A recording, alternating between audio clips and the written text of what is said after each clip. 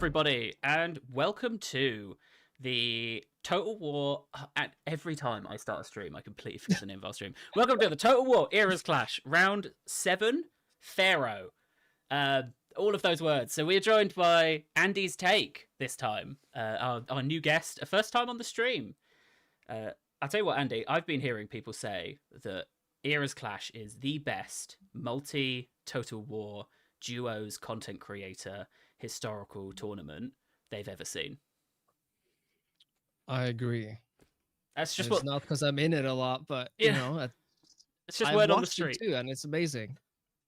It's it's some say these are relatively scuffed streams where we get to see me panic with two keyboards for 2 hours, and you see two guests slowly realize that 6 competitors have created insane builds and done absolutely mad things. But that's the joy of it all. As we're on the that's the mark of quality, having two keyboards that you're juggling, at any point. Exactly.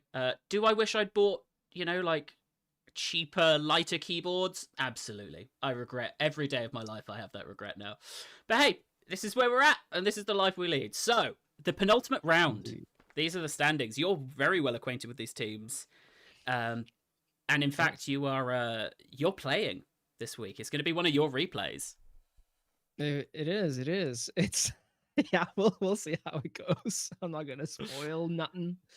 I think I've not watched any of the replays, but I'm excited to see what it's like when it's someone playing and commentating. I don't think I've been mean enough to get your perspective, so I do think we've got the perspective of Nerd Rage Fred is who you're against. Yes.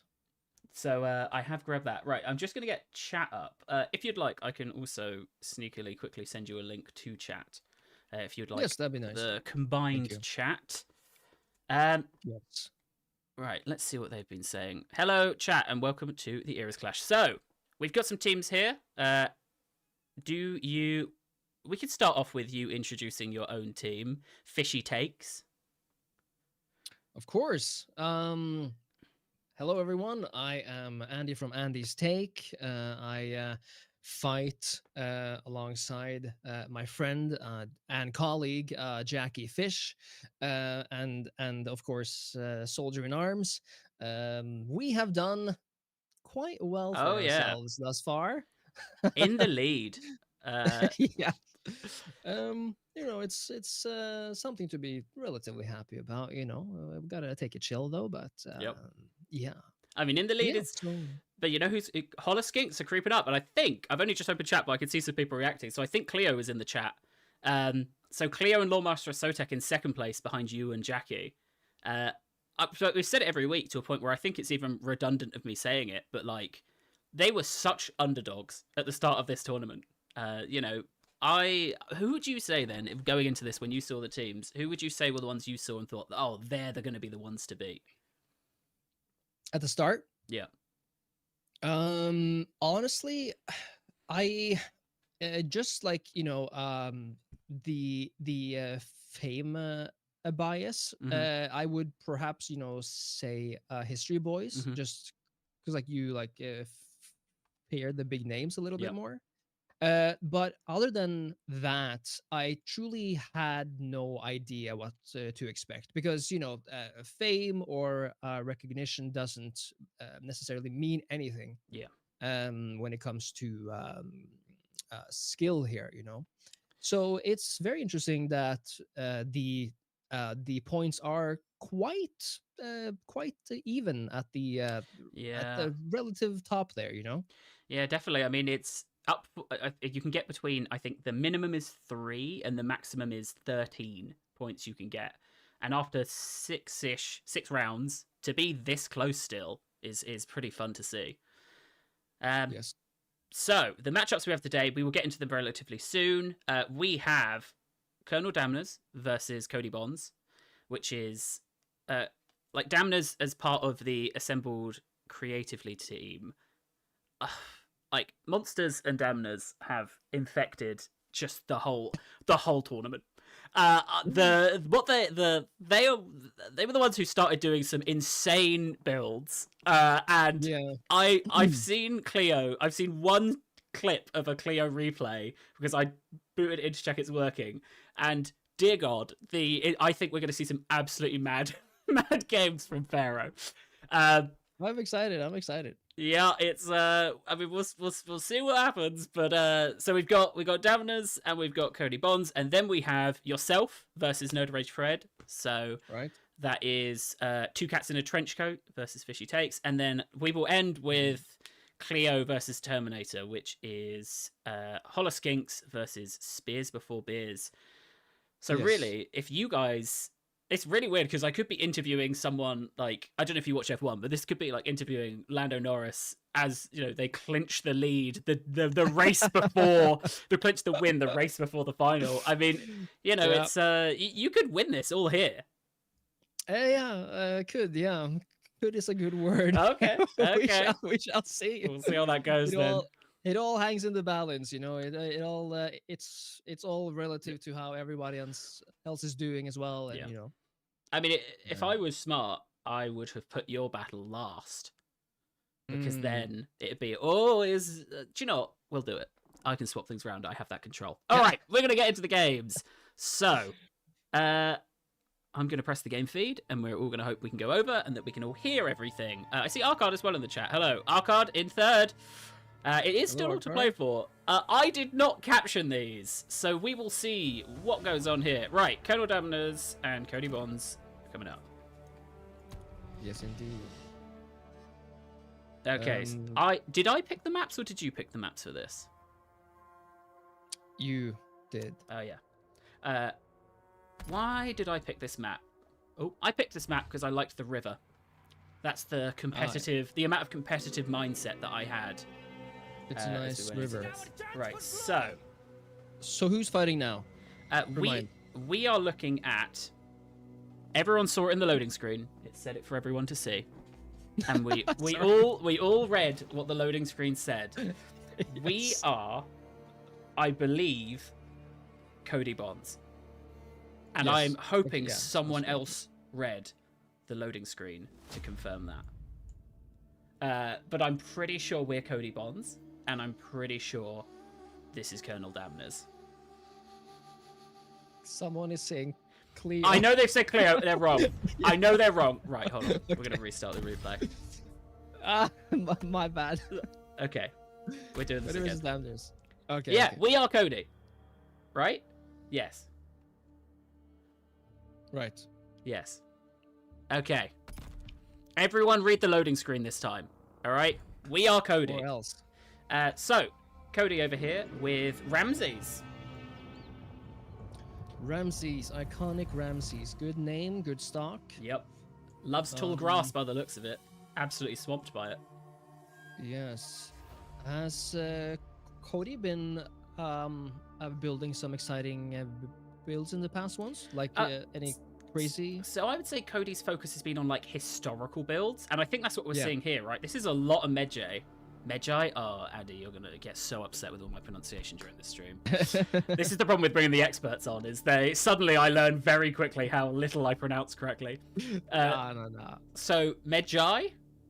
Mm-hmm. So, this is like an all Medjay and PHARAOH guard army. Okay, so kind of like heavy, like on the medium heavier side. Yep. And up against them, Colonel Damners, seeing a lot of Sheridan, some Medjay, and they are led by Tosret? And there's some chariots there, right? Yeah. Also Ramses.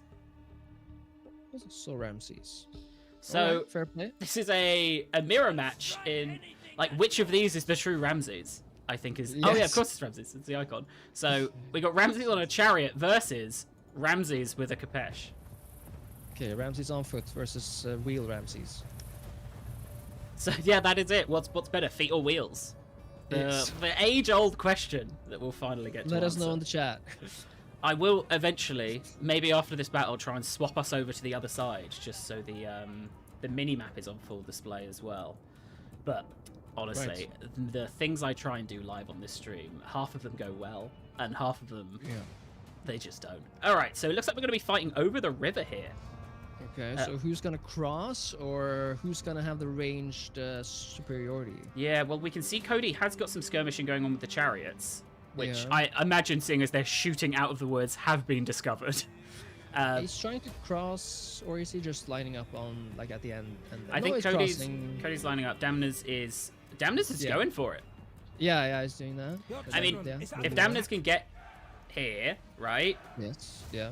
Then it's the disadvantage is gone. So, is there a disadvantage to fighting in water here? I assume so. Yeah, there should be, but if they also have the ranged, is something happening at the back? Just there movement speed. With, their chariots have charged in.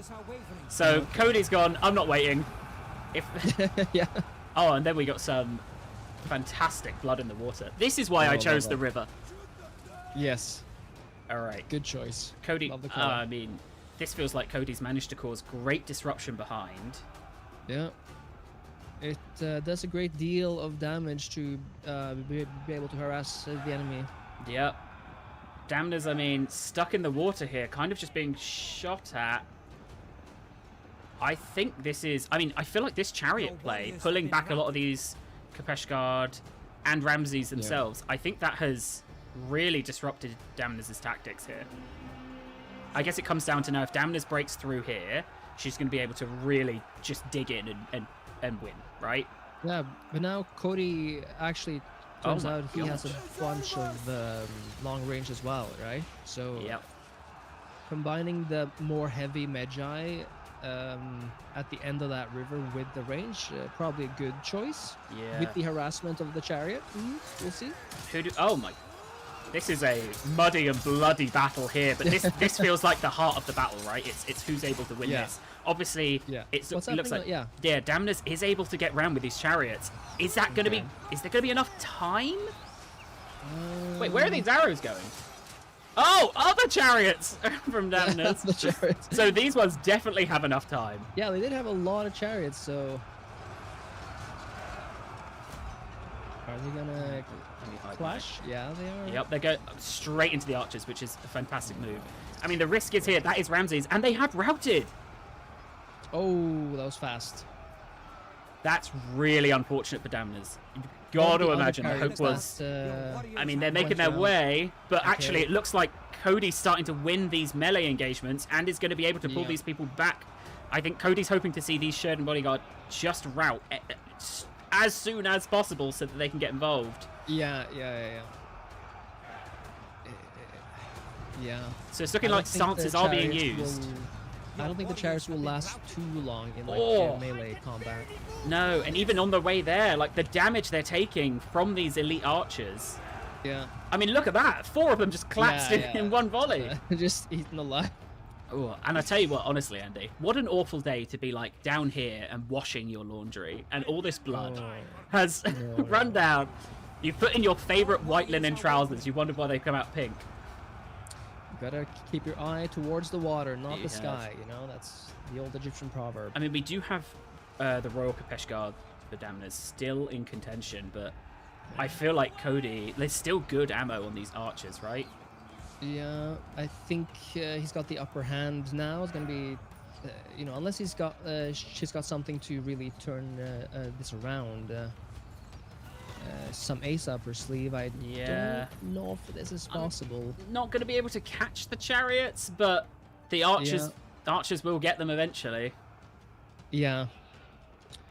And if enough units break, the chariots will as well at some point, I believe. This is I love the mud as well. Like, you can tell they've been fighting in the mud. Yes. It does it like every one of them at some point has rolled in the mud just to make sure they are fully... do like a barrel roll. Exactly. There's a lot of lovely details in PHARAOH.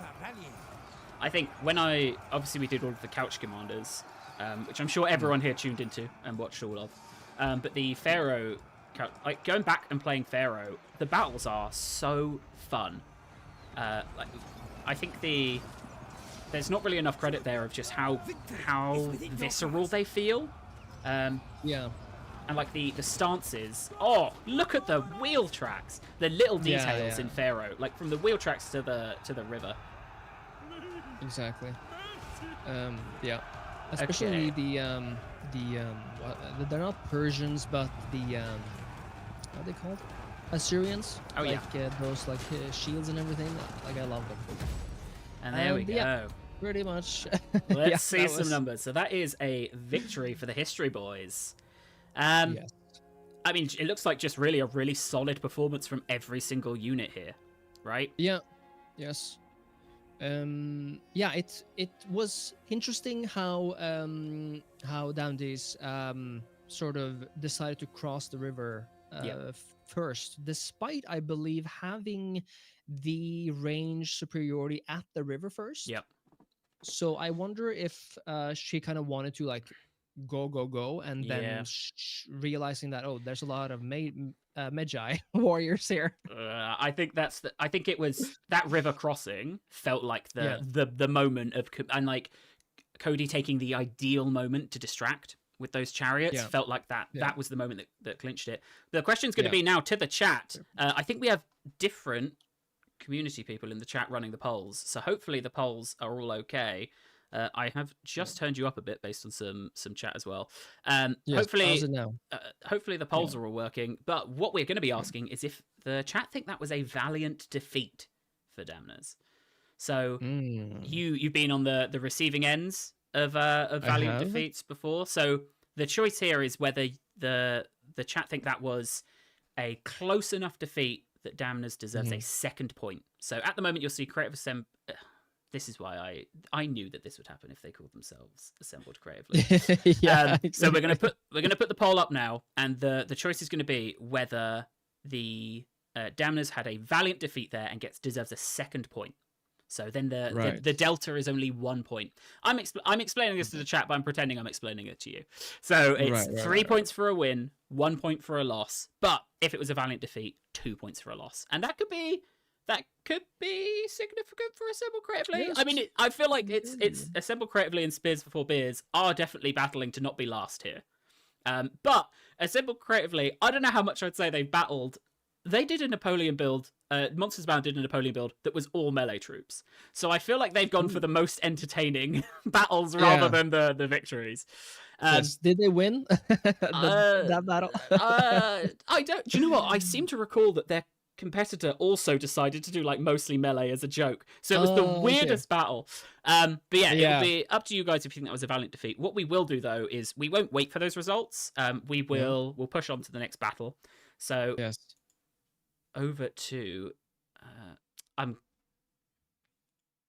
so we've next up got Cody will be Troy, Damners will be Ursu, and everyone's going to remember that.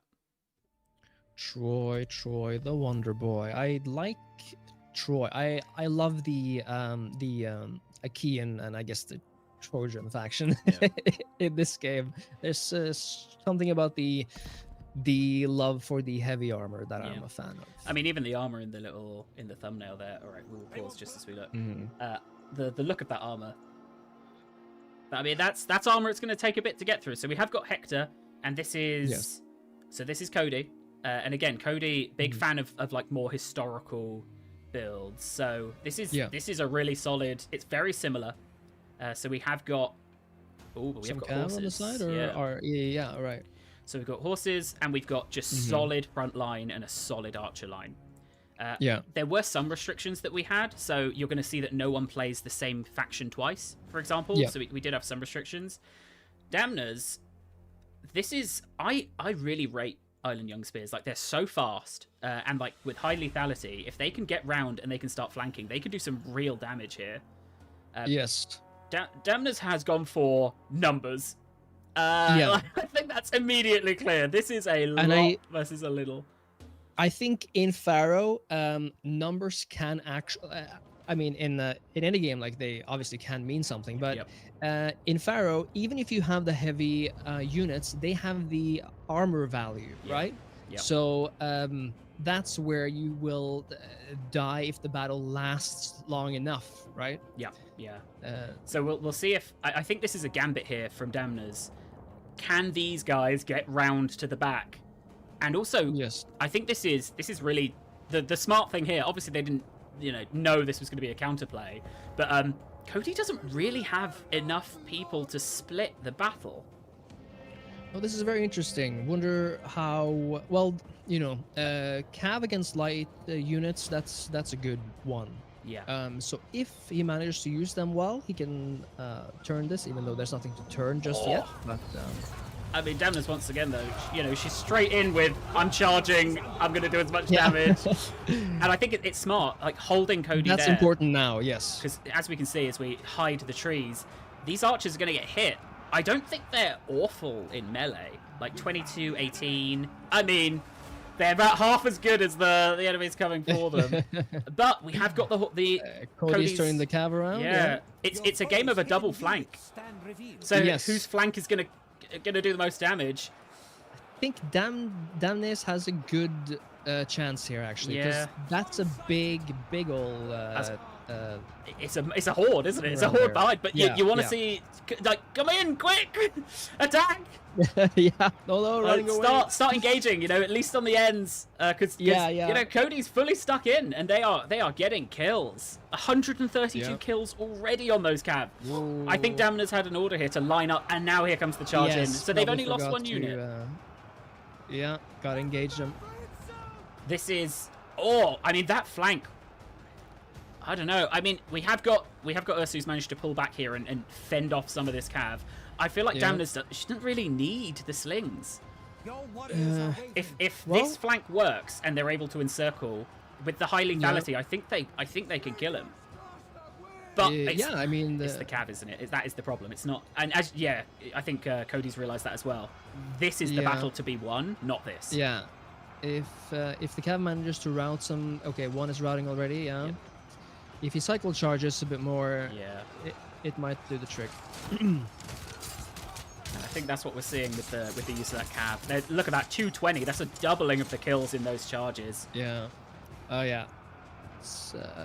The carpet is being slowly rolled up there. It is. But Ursu's managed to grab one of them. These slings are coming in to do some damage. There's a lot of. The archers might be about to break on Cody's side. Yeah, it's very even. I think the double flank has made that such a good. That's what really has made this a very close battle, right? Yeah. If Damnus had thrown all of her infantry in here, then Cody would have swept. And same thing as if Cody actually had pushed in too far, he would have been in big trouble there. I think this is looking like Cody has managed to regain control. But then we are seeing breaks. Like here, this is a break through the archer line. Yeah, I mean, Cody's got the heavies again, right? So but it is in the long term, if it's 1-on-1, he'll win. Oh, and I think with those cav charges, but is Damnus managing to take out the cav, or are they? So Ursu, I think we got one unit there, and I think that must have been the one Ursu was engaged with, because the cav is dying, right? They are going down, but they've done so much damage to the back of Damnus' it's pretty open now. Yeah, I think that is. I mean, we have got some units returning here, and it looks like Damnus is bringing them back in. Like slings going into the back, but it's. I think if Damnus can break here, which is going to be tough, but they are flanked and there is high lethality. Yeah. They're confident though. That's not good. They are. They're losing, but they're confident. Yeah. Those are archers, those ones, right? Or I guess ranged, yeah. Yeah, those archers, I think they're going to start picking up. Ursu really feels like Ursu getting involved now could be great for Damnus, but they're being picked down, right? Yeah. The slingers could maybe respond, but it's such a shame that the flank wasn't able to fully wipe out the archers. Yeah. I mean, some great encirclements going on, though. And still 2 minutes left in this battle, so I think it could go either way. Yeah, I mean, it's very, very even. So it looks like Cody... Yep, there we go. Impressively enough. Cody's cavalry has broken there. These archers are looking to break, and if they break... Yeah. But Ursu, I think, has just died. Yeah. Yeah, Cody's got a lot of long range as well. and their numbers are, remaining high there. Yeah. That's bad news. I think this is. Yeah. It's looking like We got the mass route. Yeah, Cody's managed to clinch just a few of these battles that he needed. Yeah. So I think that's probably it. I mean, there's still a minute 20 left. Maybe a sling hits Hector and kills him, and then we start to see this go back the other way. But I can't see how Damnus is able to come back here. Which is honestly, I think we'll throw it to chat, and I think we could throw it probably now. I think this is probably a Valiant defeat. Do we have the last one was a no. Results for the last one? The last one was a no. Yeah, yes. But I think this feels like a really great tactical attempt from both of them. And it really could have gone either way. It really depended who was going to break. I think Cody did a fantastic job of saying, I'm going to get hit by all of these slingers, but screw it. I need to break this front line. And I think Cody doing that probably won the battle. It's interesting that they both had the idea of flanking, but they used like different fundamental tactics. So while Cody had the heavy base but the fast cav, Damnus had the same thing happening basically at both spots, right? Getting around a little bit slower, but probably more damaging. But in the long term, it sadly didn't last. Yeah, and we can see that on the the difference again. Cody preferring that elite army of a strong front line, a strong range line, and something to skirmish with. Those that loss difference is big. Well, it's nearly double the number of troops deployed, right? True. Yes. It's so really in terms of actual raw numbers, I mean, you can see it in the remaining. It's still, if there was a second battle, I think it would be much harder there. Someone said, just wanted to mention, I've just started watching the beginning. It does still say round 6 on the board. That was a test for everyone in chat, and you, Boomerang Python, succeeded. So congratulations. Yes. Good job. Excellent job of spotting that. Okay, so hopefully the poll's up or going up now on if that was a Valiant defeat or not. We are going to award the points for that battle. So that is 5 points for Cody, putting up. Are we going to give Boomerang Python a point for spotting the wrong number as well? Boomerang Python gets... let me add another category down here. Yes. Hold on. Number... Best commentator. Best... Their prizes, they will be commentating the finals. Spicy. There we go. It's 8 points so far for History Boys, 2 for Assemble Creatively. Up to you guys if you think that was a Valiant defeat. What do you think, Andy? Would you give that Valiant? This one, yes. I would. I thought it was a I've been watching this, right? And I think that the Valiant defeat, it's an honorable thing to get a point for. And I think that if it's been me, if it's been others, I think we've been a little liberal with the Valiant defeats, perhaps. Yeah. But in this case, this one was very worthy of one. Yeah, I think you're right. We commented on it last week, but at the start of the ERAS clash, everyone was getting a Valiant defeat. Right. And then as we saw more and more battles and closer competition, then those Valiant defeats were given out a lot less by the community. But I would say, I personally would say this probably does deserve one. Yes. We will, as that's going on, we will jump into the third battle and final. As someone, I think Resilieff as well said, a really great contender already for the most entertaining matchup, because some fantastic battles so far. So we have Damnus looks to have said, well, if you're going to play Troy, I'm going to play Troy. I thought we were playing PHARAOH, but if you're playing Troy, let's play Troy. So we've got Rhesus versus Talsret down here. So Cody with Talsret. I picked this map because I thought it would be interesting to see how they deal with a big blocker in the middle. Yes. And if it's not really... Also known as the Nightmare map, Josh. Oh, is it? Thank you very much. Did I? No, just it's hard to know where to go. Yeah. You know? I'm glad that I've managed to disrupt the PHARAOH meta and upset all of the PHARAOH meta watchers. Yes. Always my goal. But this is what I was interested to see here. So Cody has deployed straight of, all right, let's see what's going on and then I'll adapt. Whereas Damnus has gone, okay, well, I'm going to go both sides. I'm going to just to see what I can do here. I think either of these could work out. Obviously, it's going to see what happens. But Damnus has gone heavy on skirmishing troops here. Cody, is it just that one archer's chariot? Well, Cody's position here, I don't really get, because, you know, if you're not going for the rock, what are you doing standing just behind the rock? So we'll see what he does. Then, so it looks like Cody's... Oh, are those fire arrows? Is this just an attempt to set the forest on fire? I think... That's fun. I think it is. I think it might be a case of, I don't know if you've hidden something in here, but if you have, I'm going to burn it. Cody has split. Also, I'd say this is the first time we've seen Cody not bring kind of an all-elite army. There are really good archers, but you know, a lot of bronze tier units here. Whereas Damners, this is Cody's army. Like Guards of Troy, this is their really elite army. Yeah. So we're seeing a bit of a swap here in tactics. He's just shooting at the forest right now? Or? Yeah, maybe Cody is seeing something that we're not. Visions. So yeah, in the chat as well, I imagine he went this way to be able to decide which side to move. I don't know. Yeah, I don't know if this is... Okay, going in through the woods. I was going to say, I don't know if this is a mistake, because Cody committing a lot of quite immobile forces here to a very mobile contingent from Damners. Yes. I think, actually, my take at the moment, so I think Cody pulling back into the center because this is more defensible. Yeah, clearly trying to defend the choke point, but it feels like Damners has maybe caught them out here. All of these archers unprotected. I think it took a bit long there. Kind of got confused about where to go, probably. Yeah, they've managed to engage. I don't know what Cody's response to this is going to be.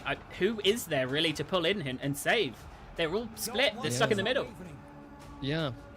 I mean, I'm gonna look pretty dumb if this is not the case, but it looks like he's lost already. like in terms of the forces being everywhere. But I mean, the Royal Archers aren't awful in melee. Like they're holding their own. They've not taken a huge amount of casualties here, and if these Queen's Guard can get involved, it looks like that, you know, Damners is being chased off. But some casualties, do you know what? I think I would have expected to have seen more dead from that. So they did hold well. But like looking at their melee defense, they are doing well.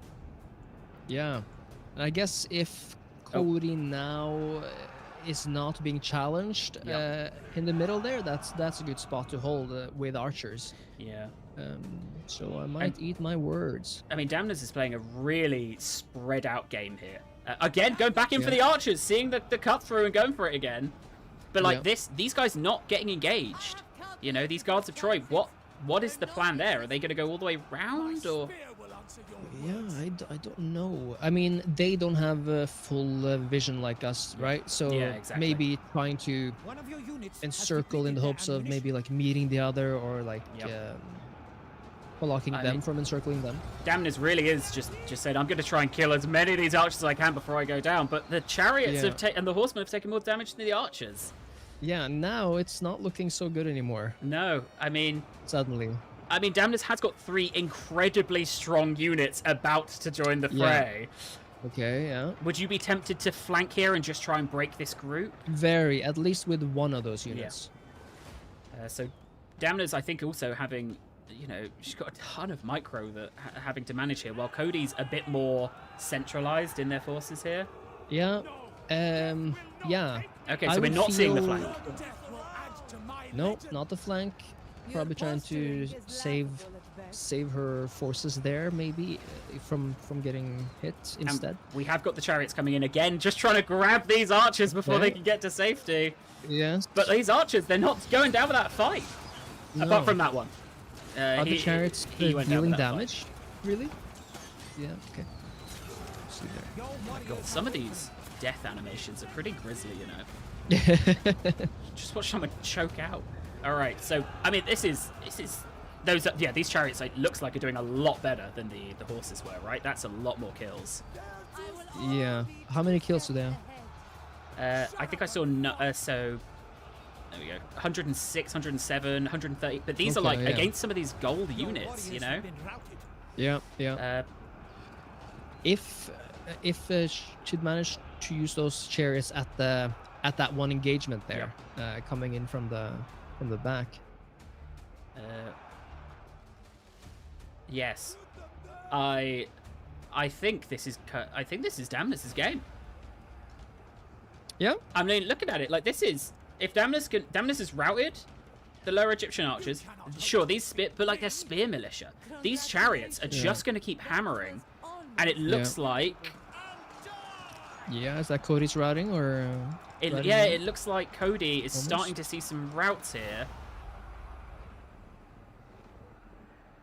This is gonna charge those archers again. Yeah, and I guess these spear militia, they've got spears, and you know, in theory they've got something against chariots. They're strong against mounted units, but like they are still militia up against heavy Trojan chariots.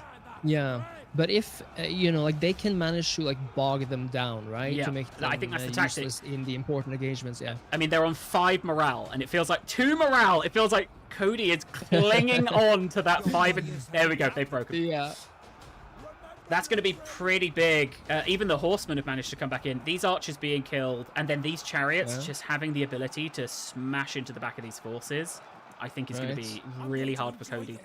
I mean, this is an absolute meat grinder over here. Yeah, quite a few people left there on both sides. Yeah, you've got Queen's Guard and all of the guards.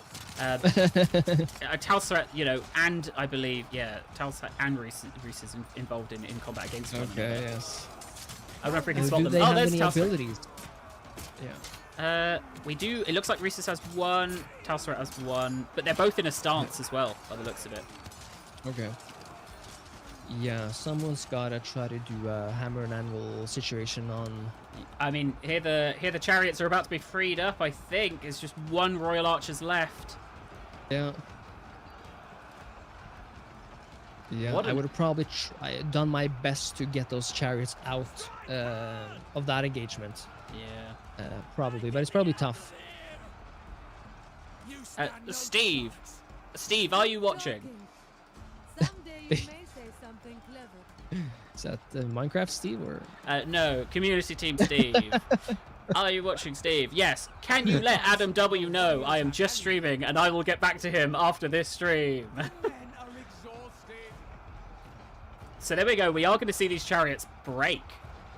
The Royal Archers have beaten the chariots. I mean, the meat grinder's still grinding down here. Yeah. What's the unit count left? Do you know? Can we see? It's pretty even. And hold on, Cody's got a charge in here, but unfortunately they're not flanking, right? They're just joining. Okay, yeah, wrong side. And this feels like a significant break for Cody. Like that's 2 guards of Troy who can now go right into the back of this line. Yeah, I gotta try. Someone's gotta try to flank the other at some point here. I mean, this feels like this is going to be the charge that ends the battle, right? Yeah. We'll see if going from the same side does enough. And there we go. Okay, good. Okay. Yeah, that's the break. And I think that's going to be army loss. Wow. I mean, fantastic that it's not a 3-0 sweep. We love to see that. Yeah. Great job.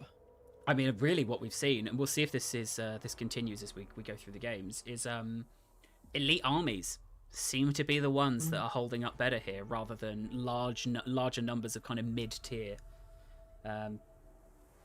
But honestly, a fantastic set of games. It's going to be up to you guys. The game is saying it's a valiant defeat. It's going to be up to you guys whether you think that was a valiant defeat. We'll put up the leaderboards. We'll go to Cleo's games, I think, after this.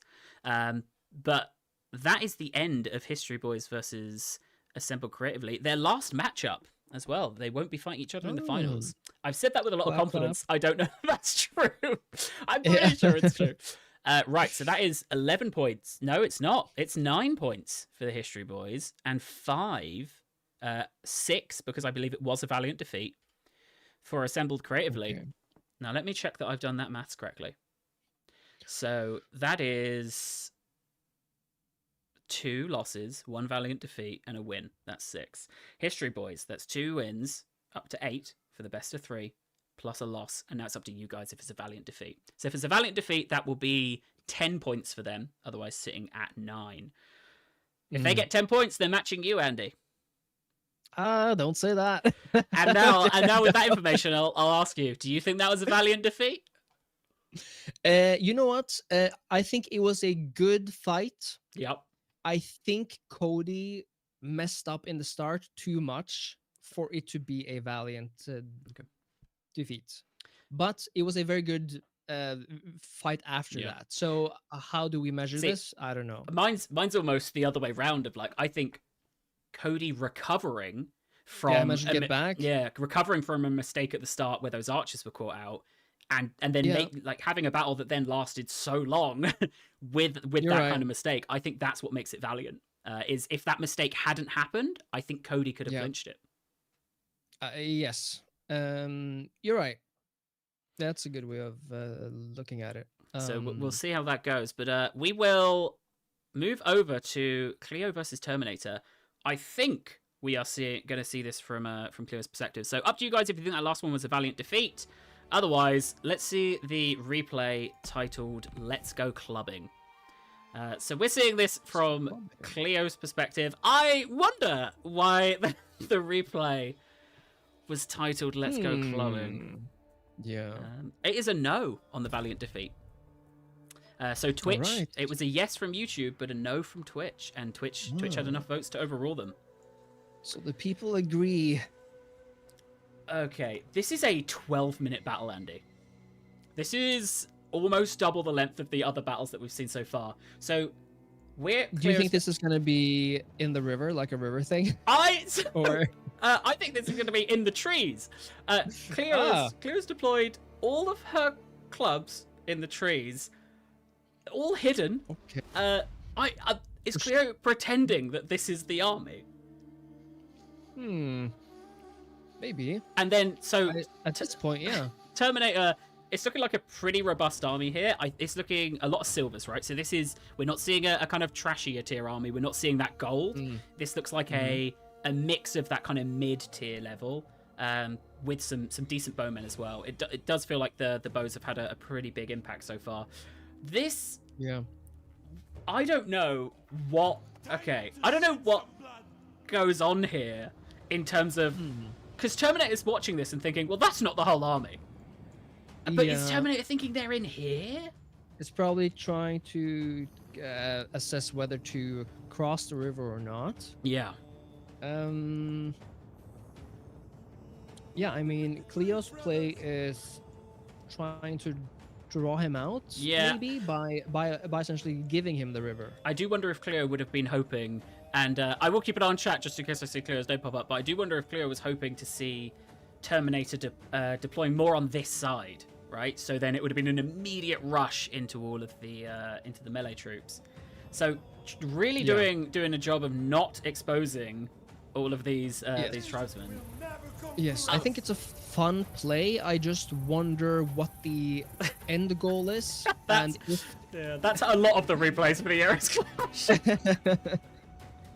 Yeah, I mean, because Terminator's, like, he knows that that's not the full army, right? Yeah, I mean, yeah. I'm gonna very quickly try and swap over the cameras because I do think chat deserve to see just how one-sided the mini map is of how little Cleo can actually see of this battlefield. Yeah. So all right, everyone, through the magic of streaming, we are all going to move over to the other side of the screen. All right. Andy, get ready, because you're going to be going on a journey in a second. Oh, no, I've not taken the pyramids with me. Hold on. Okay. Are you... Oh, and now I'm spinning. All right, Andy, you ready? Okay. Oh! And this is why we bring in actors for this. Right. That's too fast. Sorry, I should have given you more of a heads up. All right, this is... I was in the space program. Okay, I'm prepared. Okay, there we go. Some preparation, but I think that's worked. I've somewhere accidentally left the alert for when new people subscribe, and it is somewhere on the screen. There it is. All right, let's stick that over there. Okay, so yeah, Cleo has very, very little vision of this battlefield. Okay. And I think that is very funny. So Cleo cannot see any of this, really. Cleo can see this, and that is it. So if Terminator does have anything hidden here, no idea where it is or what it is. Cleo has said this is Skaven strats, so, I mean, we'll see if they pay off. I do feel like when Terminator sees a few of them, he knows exactly what's happening here. but maybe not Yeah. the numbers. Maybe, you know, you see a few. You wouldn't think that 80% of the army is hidden in the woods, would you?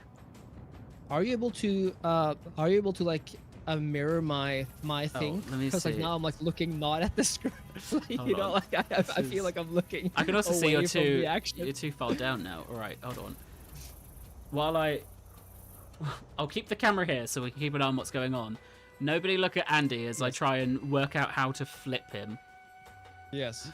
God, I love the Eras Clash streams. Honestly, the I mayhem saw someone that we in get. chat mentioned OCD, and I took that as referring to, oh, now he's looking away from the action.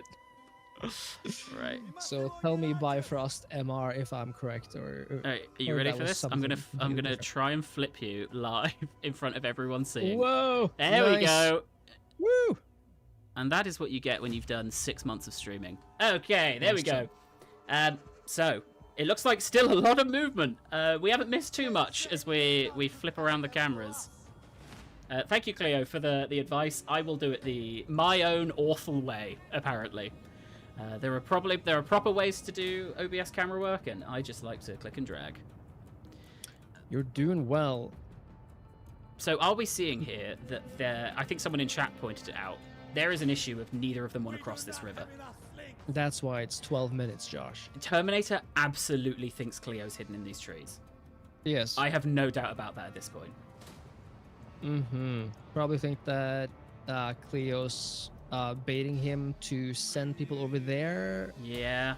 Yeah, I mean, Terminator's brought a lot of his army here, but absolutely is like, oh, Cleo's hidden loads in this little area. I'm surprised he's not sent a unit to go and investigate this. Does he have any cav to, you know, like a scout or something? No. Oh, yes, over here. I think there's some cav. So I'm surprised we're not seeing them just starting to look. Okay. Do you know what, though? I think I've just noticed. Yeah, Cleo doesn't have a single ranged unit.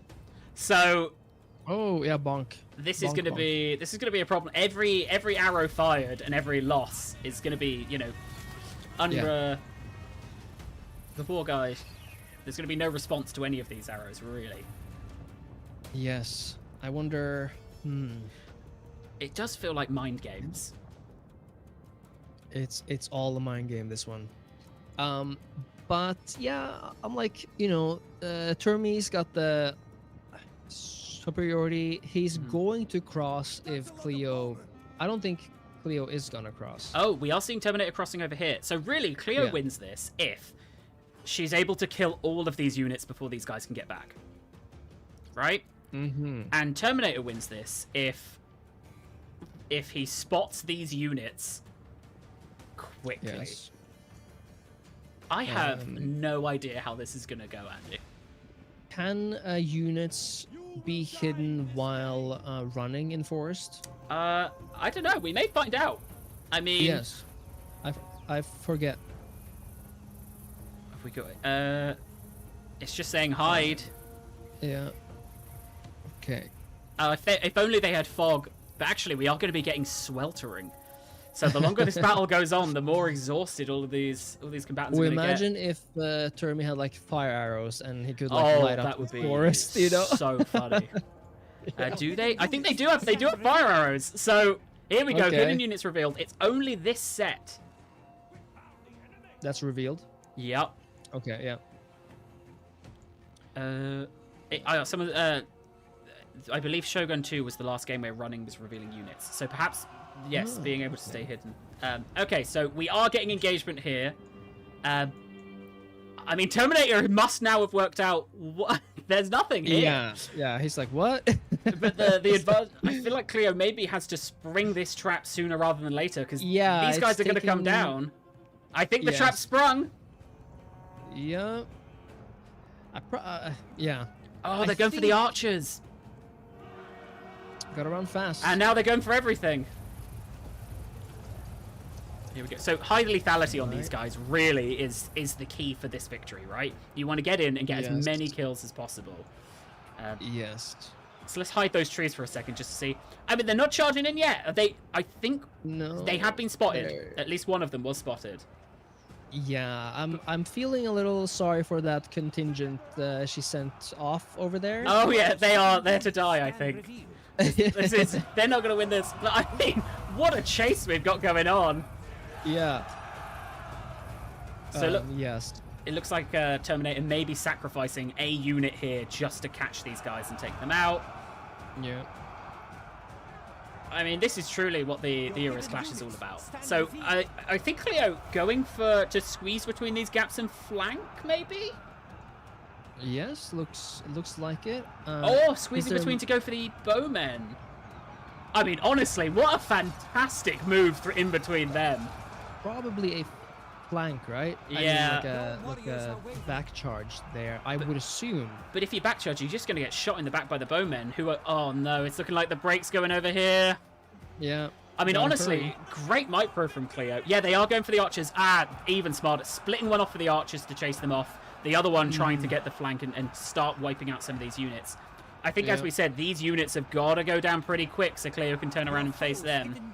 But these clubs, they're doing all right. They're taking a lot of shots. They're going to break, but they've held back 4 units. They have, yeah. I guess that was Termi's like archer line mostly, or yep. I don't know if Cleo spotted it. She might soon, but the cavalry's found. Okay, yes. I don't know how clubs work versus horses. In the forest, though, they're not. Cav isn't that good in forest, so. Yeah, there we go. It's been spotted. So there are Cleo's still really managing like strategic reserves here of holding stuff back. Yeah, and I guess did she manage to route that one unit that she flanked out by the river there, or is she routing? There's one unit routing there to the left there in the middle. No, by the river, closer to the action. Oh, here? Yes. So there is one routed there. Although I think they've just come back. Oh no. Okay. Not yet. They will. They will.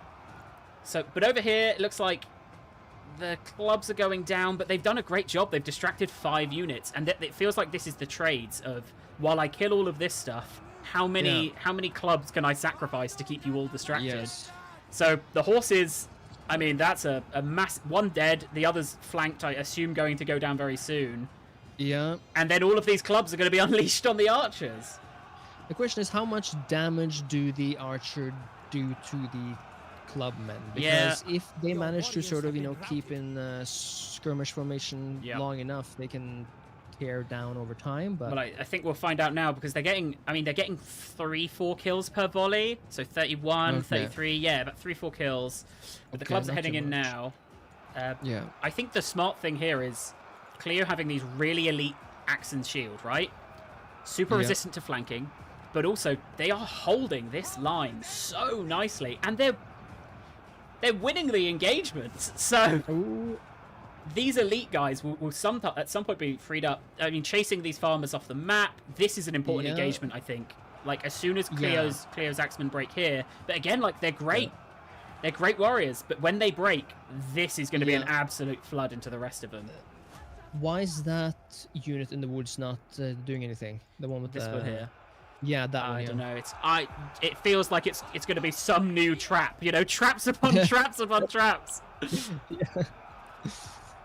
Someone's saying, will they organize another one? I'm a veteran Total War player. World Cup Total War tournaments organized by pro players. We'd love to do more of this kind of stuff. It's a lot to organize, and I'll see where I'm at in the new year, but I'd love to do this kind of thing, or like flavors of this kind of thing, even smaller versions. Right, so Cleo has broken the front line. Oh, yeah, it's looking good now. And the clubs are free. Honestly, they are. They've got their roam of the fields over here. There's 123 left. So these guys pushing across the river to go and take these guys on. I'm surprised we didn't see them joining in to try and break here. Maybe that's what these guys are going to do. Those in the reserves, but I mean... Okay, I guess they're coming. Yeah, do they need them? We got a lot of clubs about to come in. Probably not for this one. I'm not gonna lie to you, Andy. I'm shocked that this has worked. Genuinely shocked that this tactic has played off. Yeah. Cleo saying that was my reserve. Yeah, I mean, Cleo, we're not going to criticize any tactics shown in this replay. I mean, this is you've got a lot of stuff left, and there's 40 seconds left on the battle. Yeah. Everything over here has been broken. So these guys are engaging now. We will get some blood in the river. Yeah, and those are high lethality units. If you keep them in the fight long, they're gonna deal the damage, and she used them very well. Yeah. Very, very keeping the head cool with having those in the reserves there. Yeah, I think Cleo had a high risk, high reward micro battle here, right? Of like, can I out micro my opponent with just how much I've got? And it paid off. I genuinely, like, when I saw the deployments for that, I was like, oh no, we're gonna watch a lot of tribesmen killed, in like absolutely butchered very quickly. What an absolute reversal of those fortunes. I mean, the numbers weren't far off in terms of deployments. You know, they're similar armies, but while Terminator's gone for a wider variety of silver units, Cleo just had those golds to hold the line. Yeah. So Cleo, that was impressive. She used those for all they're worth. Yep. And Cleo's saying the strat was elite line holders and fast speed, high lethality, low morale units to try and hold the line, flank round, use that high lethality to break them down. Absolutely works. Like, we're looking at bronze units with 103 kills, you know, versus silvers who were able to get 4-5.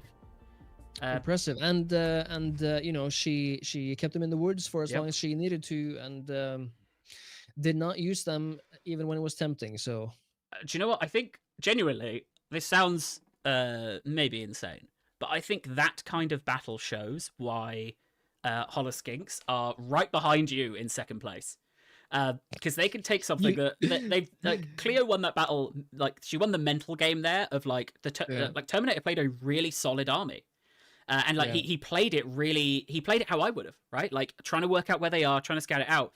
But the Cleo is really great at micro. Like we've seen that in a few battles here, and being able to force Terminator to play the battle on her terms of, no, we're going to play a high micro battle rather than a traditional Total War battle, I think is really smart. Right. Yeah. No, that was impressive. Yep. Very much. So you keep saying that people are like, you know, sniffing at my spot, Josh. Oh yeah. I mean, only 3 points behind now, you know. Holoskinks on 60 points, you're on 63, so it's getting close. I mean, History Boys are on 62, so it's all within striking distance. We will see though whether that was a valiant defeat. So that'll be going off in the background while we move on to our next game. What do you think? I think that is really difficult to call because I think Terminator did the best job he could have. Like he played in he played in a way where he expected to fight a normal army, and you can't come into a battle expecting to fight 20 club units. Like you can't plan to fight 20 club units. No. So I think he played in a really like a regularly strategic way. Yes, I think he adapted as best he could, but Cleo had a trap and he sprung the trap. And once that trap was sprung, it was very difficult to come out. I think I see in chat as well, Terminator may be playing more aggressively for sure. I think in hindsight, he might look at that and think, oh, there's ways I could have done that. But what I'm saying is like with the approach he took and where his units ended up, there was little he could do at that moment to be able to break out. Yeah. I mean, the thing is he had to either have played more aggressively or more defensively, because he had the defensive advantage with the archers, right? Yeah. But if Cleo was obviously doing that, so if both of them were playing defensively, this one would have been a much longer match. I mean, that's the thing. So we're going to boot into the next one, and if we see, so it was a no for a valiant defeat. If we boot into this next one and it's like 50 minutes long, we know that Terminator's gone, not this time. All right. So Terminator has got all chariots, and Cleo has got, I think this was called sneaky throwing, lads. Oh. So I think we're going to see some sneaky throwing. Right. So we've got Cleo immediately making a push for this hill here. So, Terminator. Is this all Babylonian nobles? What? Okay, so we didn't put super harsh restrictions on unit types. I do now think, in retrospect, if someone was going to use all chariot bow archers, maybe I would have put a limit on chariot bow archers. I would hate to have to fight this. Like, Cleo doesn't have anything with mobility. No, but chariot archers, they're not many. Yeah. And arrows do run out. I mean, look at the allied troop count. You know, it's 252. I mean, I guess Cleo could mouse up here. Cleo said check the right side of the... There they are. So here's where the ambushes are, aptly named. Nice. Thank you, Cleo. I couldn't actually... They're not on the mini-map, is how far off the map you've managed to hide them. I mean, it's difficult, though, because their range, I assume, is lower than the chariots. It is, but half the range. Yeah, but she's going to do a lot more damage, I think, if she hits. They are bigger targets. How many units per chariot? Like 60 or something? How many were there? Look. It is 28. Yeah, right. They're not going to do many kills with the archery, I think. Yeah, it's 40 ammunition each. And it doesn't... Is that like maybe some level ups for them? Yeah, they've all got some levels on them. Yeah. Well, some of them do. The ones over here do, at least.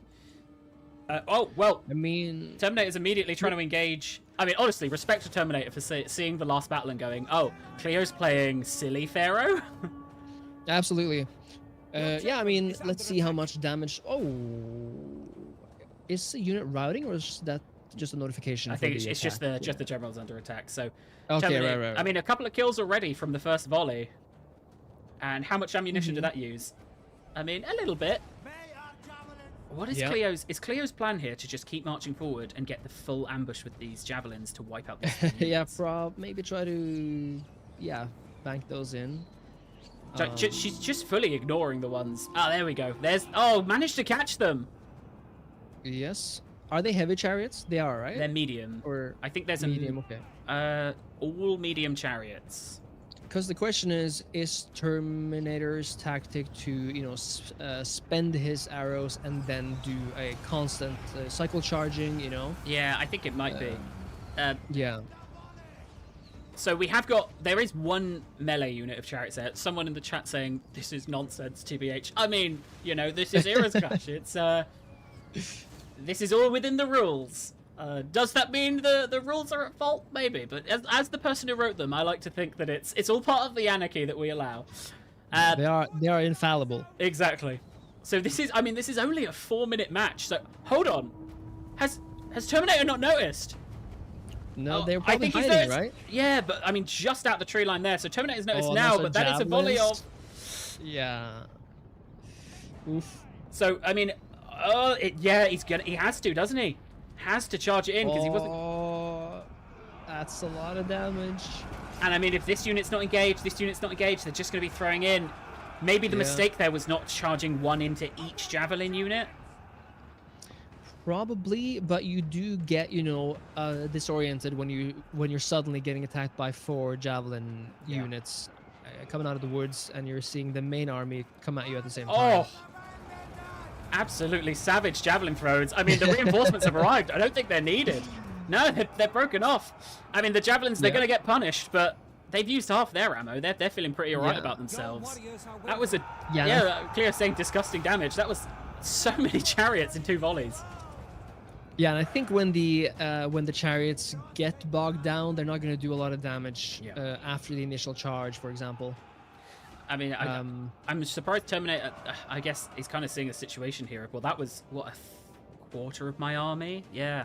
But, yeah, I mean, this is probably a bit of an unfortunate map to have chariots on because there's so much forest as well.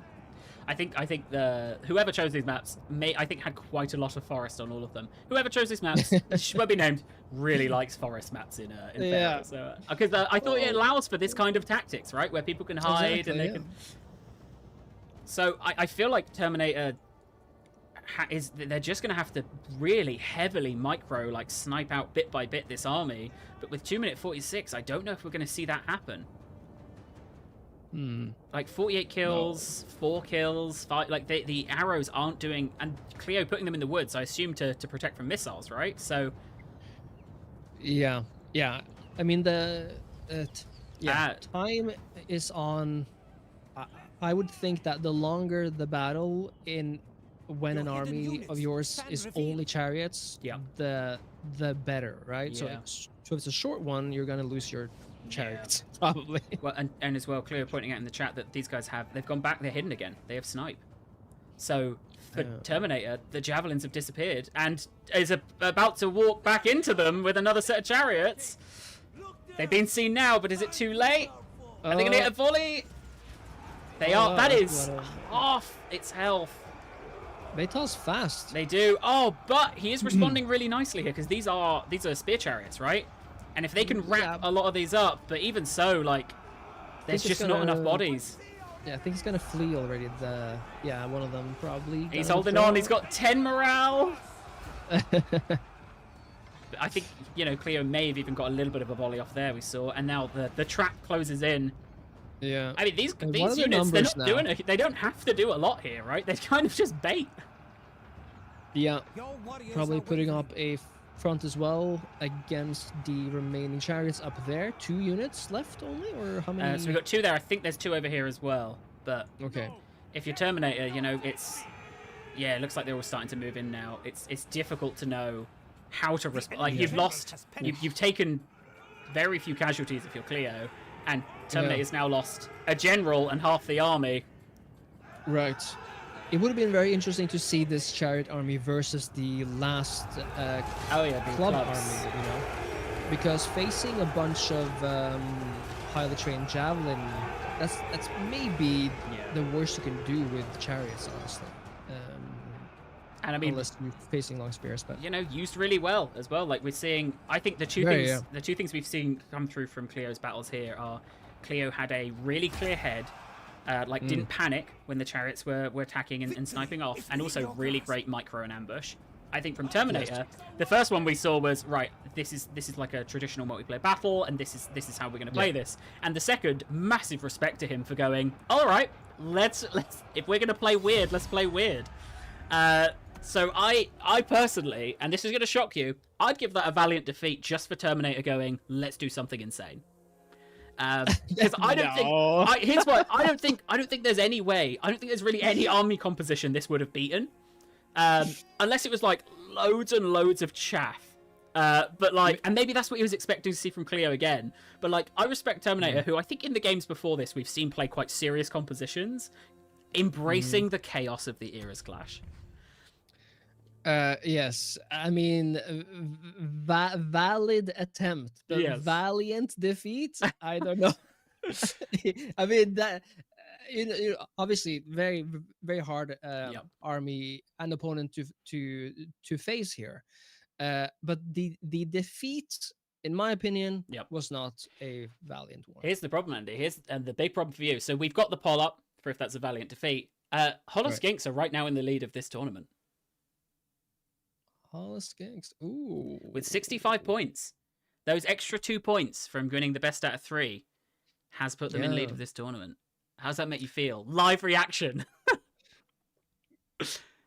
And that's what we love to see. I know that you've sent Cleo and Sotek some awful messages while that battle was playing. On this is a valiant defeat, Josh.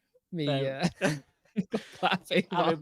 We've still got your games to go, obviously, and with a minimum of 3, although a minimum of 3 points, right? At the moment, it is a draw between the two of you, at minimum a draw. So we'll see how it ends up, but still all to play for as we go into our third battle. So we'll see what that comes in as, valiant or not. I curse the name of Cleo for getting all those points. Well, we'll see. I mean, Cleo's gone all axes here. It looks like maybe Terminator's gone back to a slightly more traditional army. I'm going to pause because this is the save that I booted in to test that the replays were working. So I know what we're about to see in terms of the first 10 seconds. And this is what we're going to see. It's 2 armies. I mean, this must have been blindly placed, right? Oh, yeah, of course, because it's all over here as well. Are they super near each other? Is that like a vanguard? Yeah, it is.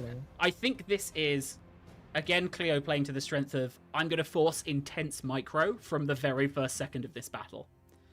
But I think the risk here, it's funny you say this was the nightmare map, because obviously having to work around this. This is the solution to the nightmare. Don't. Just skip it. So yeah, a completely Vanguard army. Poor Wallowettes over here. So Cleo is the yellow one here, right? Yes, Cleo in green. Green, okay. Yes. So we are seeing it's all scouts. So this is the Boy Scout army. This feels like a pretty robust army from Terminator, though. We've got a lot of those golds, Royal Archers. This feels like a return to a really strong force. I'm gonna press play. I think this is a really tough one for Cleo, because I think Terminator is gonna kill these, and then these guys are gonna turn up. That's my prediction. Yeah. I think if Terminator had deployed like Cleo has along the outside, I think then he'd be in real trouble. But I think the difficulty for Cleo here is going to be like, you got to kill these guys real quick. Yes. Or at least keep your people alive. I guess she didn't know where he would No, deploy. it's completely black. But look at that micro to have snuck through and reached the infantry back here, like completely skipped. I guess Term is also trying a flank there. Yeah, pulling back these ranged units. I guess shooting at these guys, they're going to be free shots, right? So yeah, Cleo managing to get these units through into the archers. And yeah, you're right, a flank down here. Yeah. So it is going to be a two-side battle, right? So down here, I think Terminator's going to hold this and win here. But you got so many reinforcements coming in. Yeah, that's a lot. And are they melee or... Where are they? These are all Outrunners. So I think it was Scouts down here and Outrunners up here. So the Outrunners are the better unit, right? Okay, yes. So the reinforcements coming in, and that's why I mean, if these guys hold... That's not looking good. I mean, Andy, I feel like these Scouts are absolutely crucial for Cleo if she's going to win this battle. These guys have done a great job killing them. You want to see them move on to them. I don't know if they're going to kill them, but they can at least do some damage. Archers are being dealt with. Again, it's the battle of micro. I'm gonna force a high micro battle. Cleo has the chariots in this one. Yes, that's a big advantage. I think when you're holding the army like that. So yeah, if Cleo see how they're used. Those archers, and that's Ramses. That is Ramses dead. Whoa. Well, I mean, so far, I think we're going to see that Cleo and Terminator gave us the longest and the shortest battle of the year, of at least the PHARAOH clash, because now all of these guys are going to flank in. Someone in chat said it. What on earth was Terminator thinking as soon as that battle began? Because that is, what a thing to have to immediately face. Yeah, but kind of for both of them, right? Since they don't know. But I guess Cleo had like, oh, I'm going to face him. You know, like I'm going to be up there. So I think that is, like, Cleo has, I think, done a great job of really forcing opponents to play to her strengths. And I think that's what we're seeing here as well. I mean, I guess all Terminator could have done is deployed further, like, not knowing, right? Deployed further away from the line to buy himself time. But, like, you wouldn't do that. You wouldn't know your opponent's going to do this. So, again, it feels like Terminator just Cleo is putting him into a position where he has to react rather than execute his own plan. And I think that's where it's been difficult. Yes, I think this is something, and I don't know how much experience either Terminator or Cleo has with multiplayer fights. Just for clarification, I do not have a lot myself. But there is a tendency that people with a lot of multiplayer experience tend to play a little bit more, I will call it chaotic, but they will call it tactical and disruptive, probably, right? Yeah. So you are expecting to play someone who's like meeting you at the agreed upon thought process of this is how we're gonna fight. But then you're not meeting that, and then your match is kind of uncertain. And I think that's the difficulty. So I don't know, maybe Cleo can clarify. I don't know how much PHARAOH or multiplayer. I did when we picked competitors for this. I think pretty much everyone is more of a campaign-focused Total War creator, right? Yes. I think Arcard and Nerd Rage Fred, they play a lot of battles, but I don't know if I see them play a lot of multiplayer battles. So everyone was on a level-ish ground in that sense, but it depends as well on like you're up against Nerd Rage Fred. So as an example, like he plays tons and tons of like really hard difficulty legendary battles, whereas others are more campaign players, but everyone a bit more single player focused. So it'd be interesting to see. I think there was one game Cleo played, and I can't remember entirely which one. It might be Rome Remastered, where I think like the stream where she played Rome Remastered and then went to play the battles was the first time she played Rome. Oh. So for some people, this is like the first time, and I don't know, all of the experience of all the competitors, but for some people, it's literally the first time they're playing it. Yeah. So Cleo's saying, I have never played multiplayer Total War battles before this. Impressive. And that's the chaos we bring. Impressive. So that is 3 points for Holoskinks, which is exactly what they needed from this. Indeed. I'm imagining the like the graph with the meme faces, like the really inexperienced, the really experienced, and like the like the regular one. Yeah. And, yeah. I think that's I think honestly a fantastic set of battles. I think a really great contender for most entertaining matchup. So we've seen, I'd say, really solid battles, right, from Cody and Damners. And then just silly but fascinating battles, like the micro in there, the little plays being made, and as I said, like Terminator being forced to every single battle react rather than execute his own strategy, I think made those really interesting to watch. The last set of battles we have, you will be very familiar with. It's yours. I think we're saying them from Fred's perspective though, so you will be emerging like the foe from the distance. All right. So the Valiant defeat poll is up. Would you give that a Valiant defeat? You know what? I would not. I feel a lot of empathy. Empathy for Terminator's situation. But what is a Valiant defeat, right? He fought well with what he had. But I don't think that the chance was there to truly turn it around. I agree. I think I will say, so it's a no is what we're hearing from the team, but I think Terminator may get 2 points from most my prediction is Terminator will get 2 points from most entertaining matchup. So I think that although the I would have given to Valiant defeat for the same reasons you, so Valiant defeat is a broad spectrum of what is chat's vibe today. And if chat's vibe is, oh my god, they had no chance, but they really tried. Because like they had an entire 20 stack of like clubs to fight, or like a massive Vanguard deployment. Chat have given Valiant defeats for that before. They haven't this time. They've, as we said, like as the tournament's gone on, they've gotten harsher. But as I said, I do not envy Terminator here. He fought on very noble and what's it called, traditional terms here, right? And he met someone who has half a pickaxe in the brain, and just knows what to do. A Skaven Warpstone sticking out, and honestly worked incredibly well. So fantastic games for Cleo. So well done for your triple victory there. And I say that with all due respect, in a positive way. So now we're going to see you. So we got Nerve Rage Fred versus Andy's Take. You are the foe. You are the enemy. But we will get the chance to hear directly from you what your tactics. I am the scourge of God.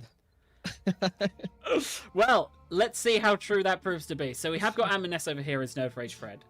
It's honestly, it's so weird that you're the foe. So Nerve Rage Fred has got all of it. This is actually very similar to what we saw with Colonel Damners, when I think it was in the second battle where she had all of the young spears, right? So indeed, a similar tactic here from Fred of these are fast, good units. Yeah. So you like this hill, as you can. So let me. Okay. So here's the thing, right? My approach in essentially every one of my battles, I am a traditional quality over quantity type of general, and that doesn't always work. Yep. You know, in this match, I thought of of the rules, and I thought, okay, I'm not gonna hold this hill. I'm not gonna be like a camper. Yeah. So I'm gonna be fair. I'm gonna meet him down there. Of course, I have my like few units hiding in the woods there. You know, but let's see how it goes. Someone did say this is Norway versus Sweden. It was, yes.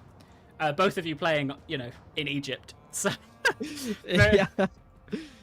I mean, if the World Cup was in Cairo or something, So we're seeing an immediate. But you know what? I'd say we haven't seen many missile skirmishes at all in the battles until now. No. This feels like the first. I don't think Cleo brought, apart from the javelins, like a single missile unit. So maybe that's why we haven't seen many missiles. True. As you can see, I think Nerd Rage has a much more versatile army here. Yep. Much quite lighter. A few more units, I think. What's the unit count here? So it is. Yeah. You have the lower number of units. Exactly. Yeah. So but like these archers, he's invested a lot of money into them, right? These are the tier archers, and they are melting. As you can see, he's like tearing me apart, and I don't really know what's happening because I chose heavy archers, archers that I think are going to do a lot of damage. They're going to take a lot of damage, but I'm just being melted away, and I'm kind of focusing on my other. You've got an engagement here as well. There we go. I'm just going to be totally outnumbered here, So now you've got the problem of I guess these guys have got to march forward under the arrow fire. Yeah, I just have to, This is this is maybe the most archers we've seen. I've just noticed how unhelpful it is how the colours are so similar here. Very similar. But good chariot. You've got chariots coming in, I guess, to try and get through to these guys, right? You've broken these guys off. Yeah. I think these shielded spearmen are going to catch you, so I assume you're maybe going to try and break out there. How's this engagement going for you? I think I'm outnumbered, but Yeah, I mean, that's a lot of... But you are breaking them pretty quick. Yes.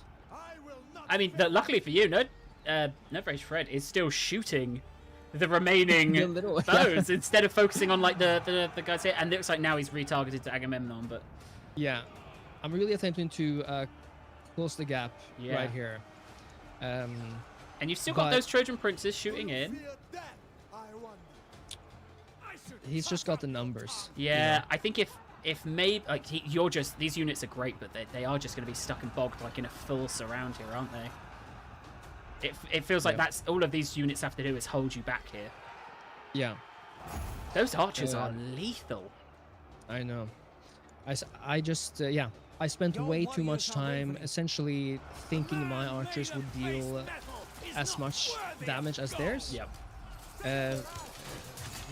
And did not use my advantage, I know, at least Agamemnon's troops, they look like human tanks. Right? They look cool. They look like tanks, but they act like dolls in this match. Act like practice targets. Yeah, exactly. I mean, they've been shredded there. I mean, these shields, you know, are going to do something. Yes. But you are effectively charging into Gatling guns. Yeah. I mean, look at this was. I mean, so you've had this battle, right?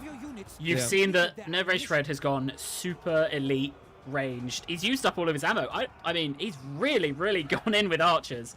What is your thinking at this point as you're going to go into the second battle?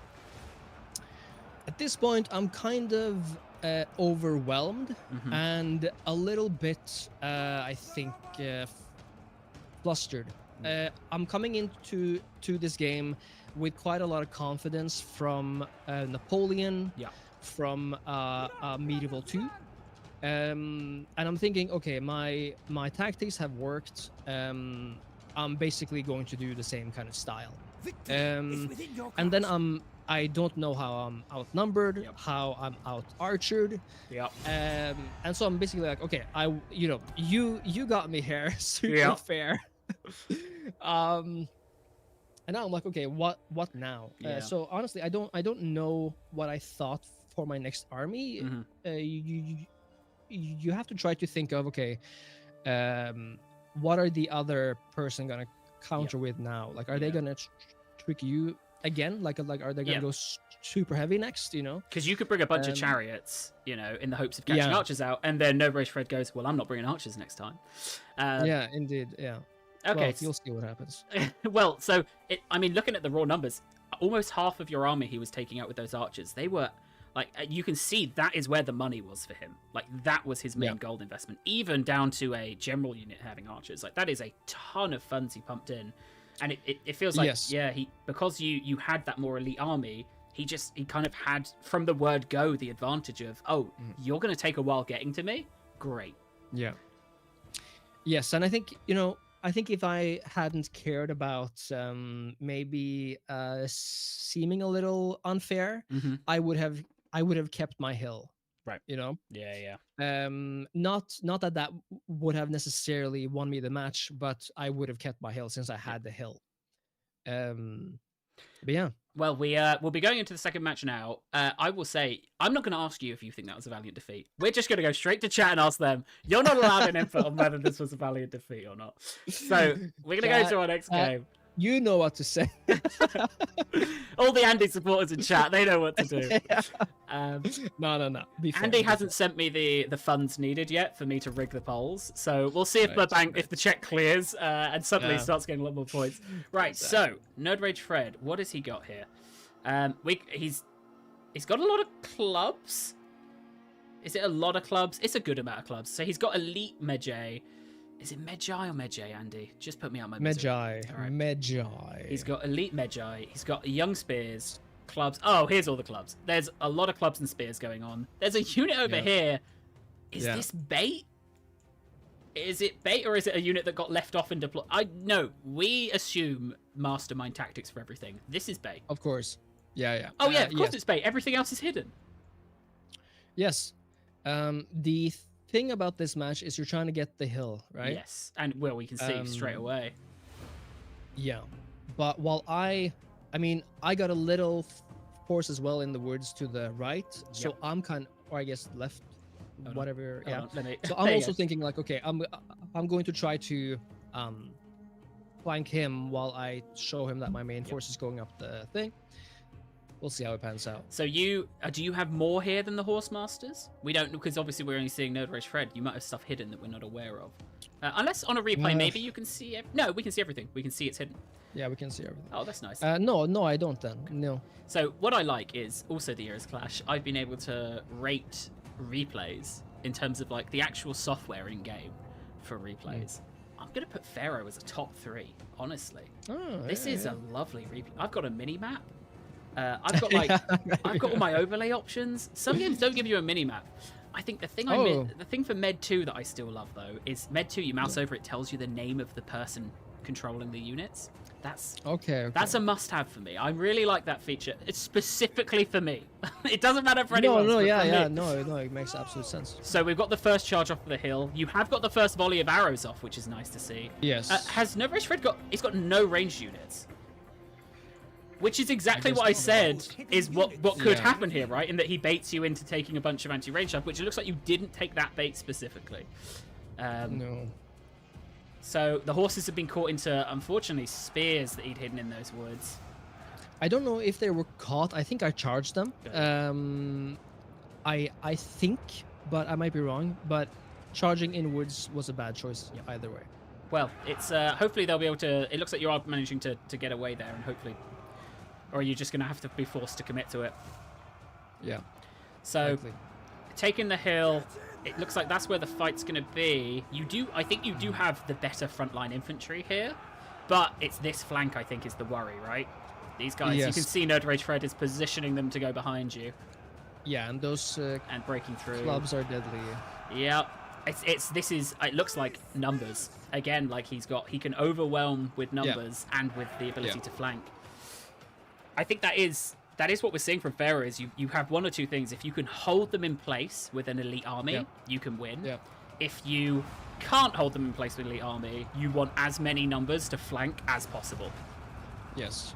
But I mean, they're getting good kills. The archers, they are hitting and they are killing. Yeah, they're getting caught though. Yeah. Yeah.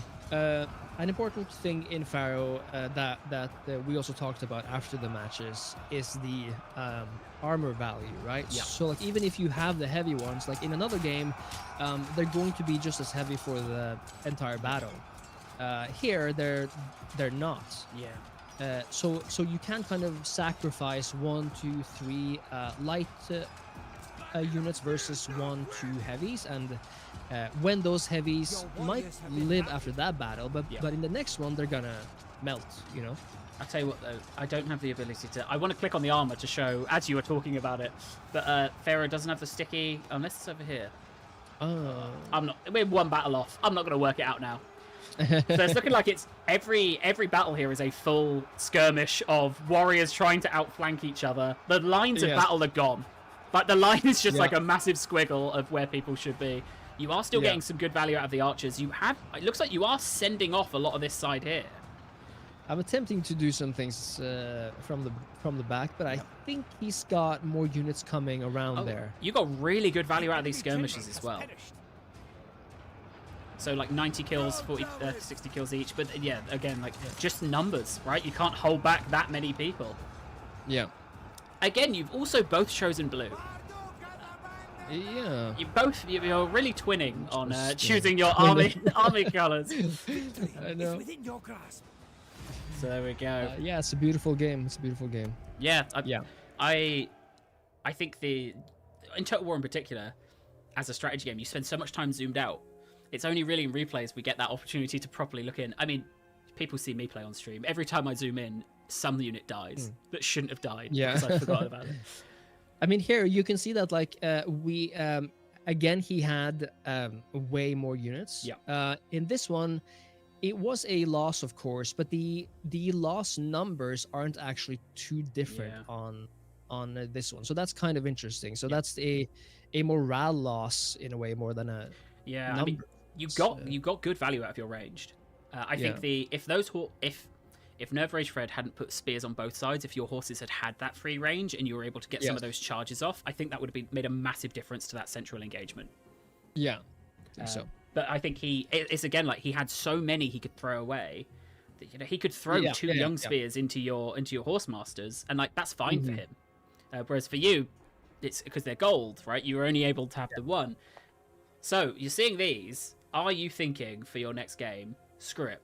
No more elite armies. Everyone's young spears. Am I going to load in and see a young spears only matchup from you? I'm not tossing away my morals and values because of 2 losses. No. Okay, but I am doing something. Okay. Well, we'll see. That's 2 cats in a trench coat going up to 8 points. So the poll will go up again for a valiant defeat, and we will load into our. This is shockingly, Andy. This is our last game. This has been a very fast set of matches. Yes. Which is great for me. I've got so much work to do after this. So that's, I mean, that's fantastic. But like, I would happily watch another like 5 or 6 Pharaoh games.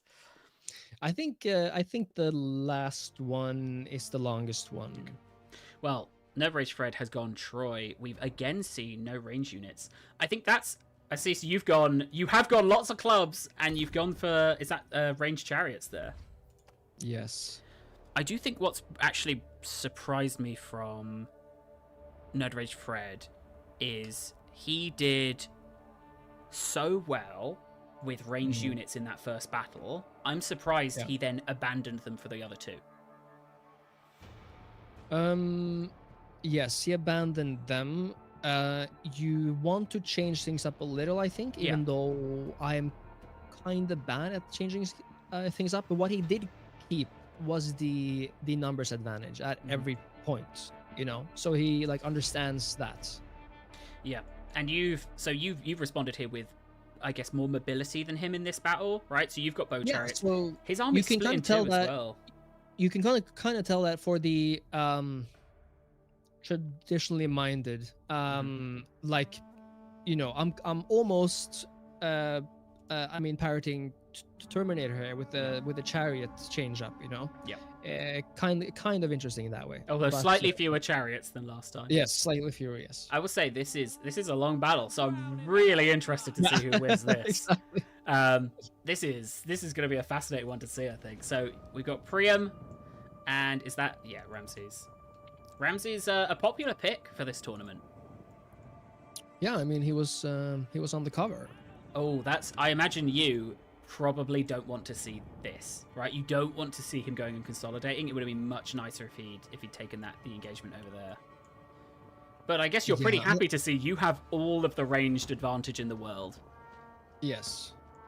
So I'm trying to sort of, I believe I'm trying to take the middle here, trying to have my folks in the... Gonna disappear in the woods. Yeah, exactly. So while the main army is disappearing, they got the high ground as well, while my chariots are kind of harassing. And that's a nice point to have when you can choke hold here if you need to, because, I mean, you know, this is the first time that he's outnumbered you 2-1. So I was about to say this is the first time you've been outnumbered. This is the third time you've been outnumbered. So nice if you're outnumbered to be able to have a choke point, right?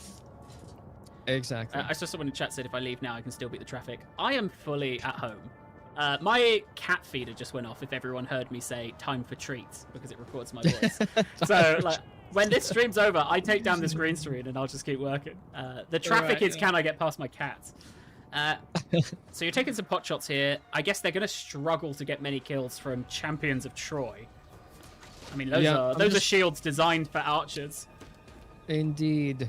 I'm trying to sort of weaken their armor a little by little so that when my club guys actually engages them, they got an easier time, but it does not do much.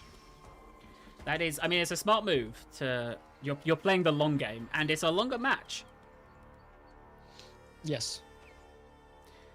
So you're thinking you'll sit here, you've taken the center of the map, right? You've done your work in engaging, exactly. And now you can pepper them down. I mean, he might be sitting there thinking, okay, pepper me down. Like, you're going to run out of arrows eventually. That's probably what he's thinking. I'm just thinking what you said. Yeah. And even if I run out of arrows, not every one of his units are champions of Troy, right? So you like and since I have 4 chariots or something, I can always have one engaged and use another to flank. Yes. A weaker unit. And there is, what am I looking for? He's in a he is in a phalanx hold, I believe. So he has got missile parry up. Yeah. Which is going to help. Yeah, there you go. It's going to help.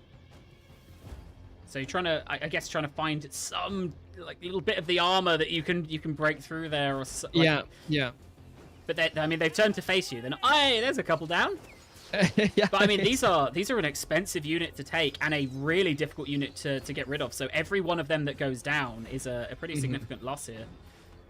That is my idea. I know that I'm not doing much damage, but if I were in his shoes, I know that I would hate seeing like the red don't want to keep over dying. my How have these champions of Troy got 2 kills? Did they throw a volley off at you? They must have, yeah. Yeah. Oh yeah, there we go. Oh, there's one of the kills. There's the other one. Every Total War ERAS Clash stream becomes some sort of animal rights issue. But you've killed 5 of them, and you're peppering them down.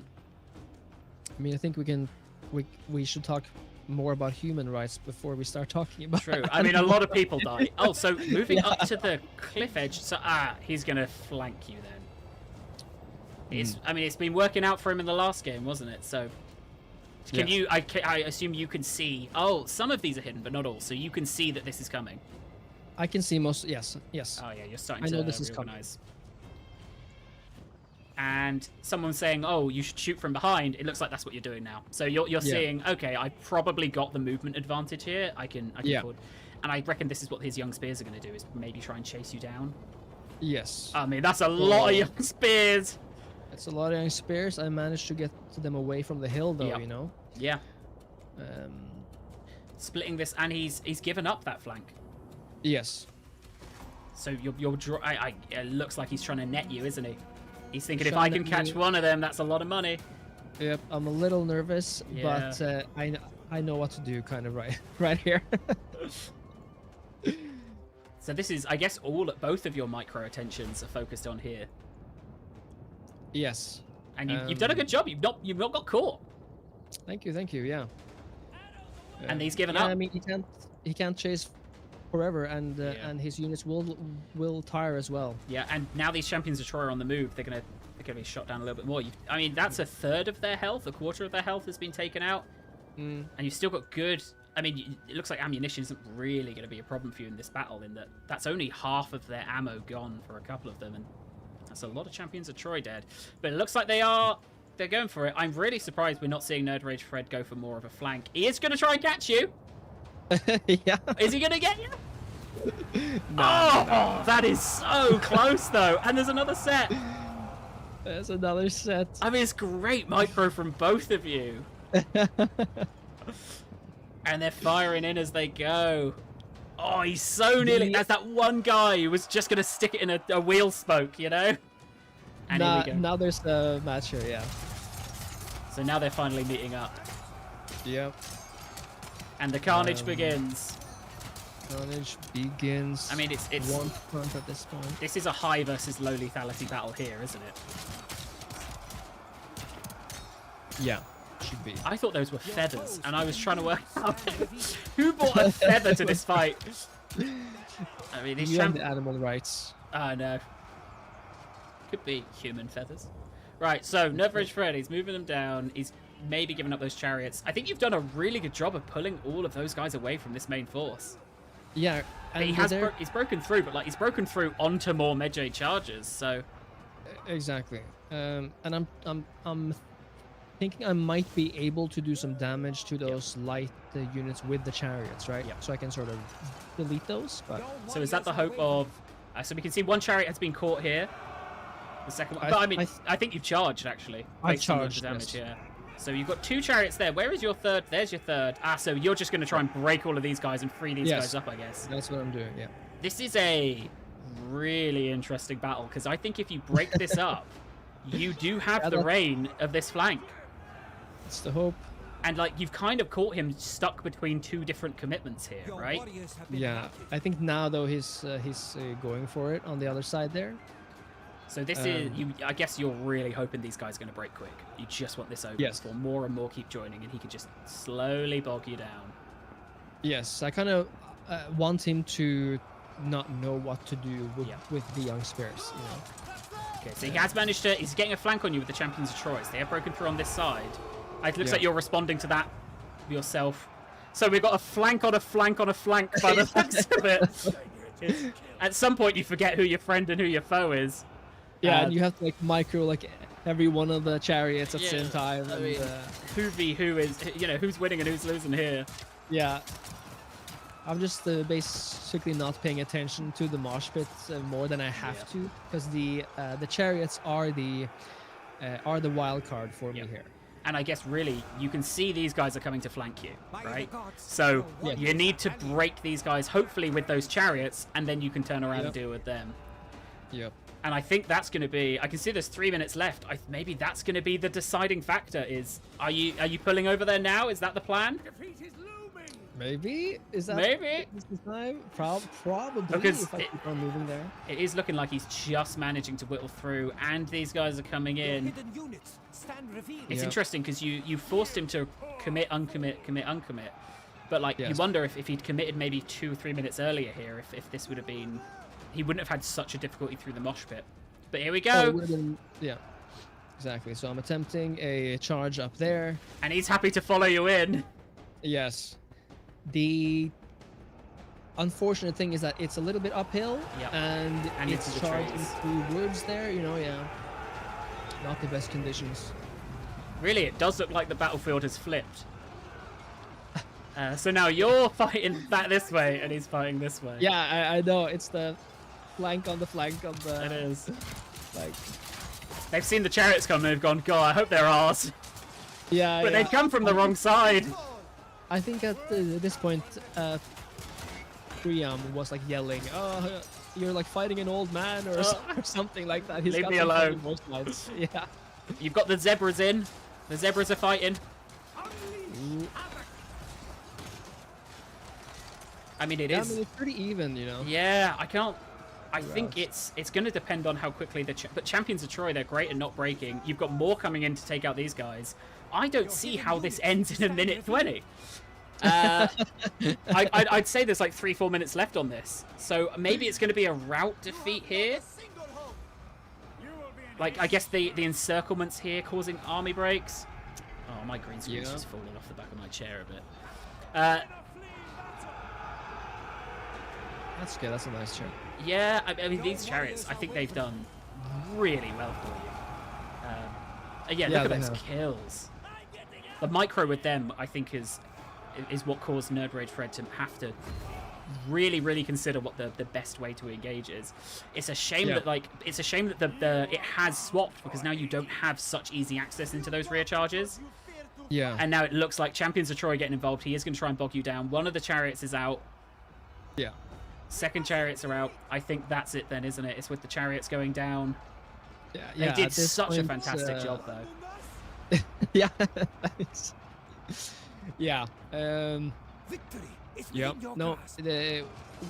Once the chariots become immobile and you kind of get bogged down without getting the payoff, like I did against the Young Spears, it's kind of not the same anymore. And there we go. That is the last of those battles. So we will have the poll up for... That was a valiant defeat. I don't think I'm going to be able to fix my green screen, Andy. I think we're just... You see that little... Wait, you see it? Whoop, you see the little tiny bit in the top right? We're just going to be able to deliver that. Okay. So what have we got? You had... I mean, that's less than half the numbers of Nerd Rage Fred. Yes. Yes. But God, those chariot kills. That's... Yeah. 2, 4, 6. Let's say about 650 kills. That's about... That's most of the losses you managed to do between those chariots. Yeah. You know, like I felt, pretty happy about this one, honestly. I was happy about the chariots, not necessarily in their initial use, but they made the battle happen for me. I think would you maybe, like, obviously hindsight, if you're fighting the army now, maybe the charge is something like more of the spearmen or something that can hold them there while you are microing those guys? Yeah, I think probably holding up more of the spearmen so that I weren't flanked to begin with, so that he wasn't able to run through like those patches. Would have been important. We talked about the battle afterwards, and he was like, that was, like I was convinced that you were gonna win. That really did look like it could go either way. But hey, it's up to chat if that was a valiant defeat or not. So I'm not going to ask you. I personally, I would give that a valiant defeat. I think there were 2 key points, and I think even if there's one, I tend to say yes, but I think there's 2 key points in that battle where you could have won. And if there's 2 points where the person defeated could have won, to me, that's valiant. I think those... Nerd Rage Fred did a really good job responding.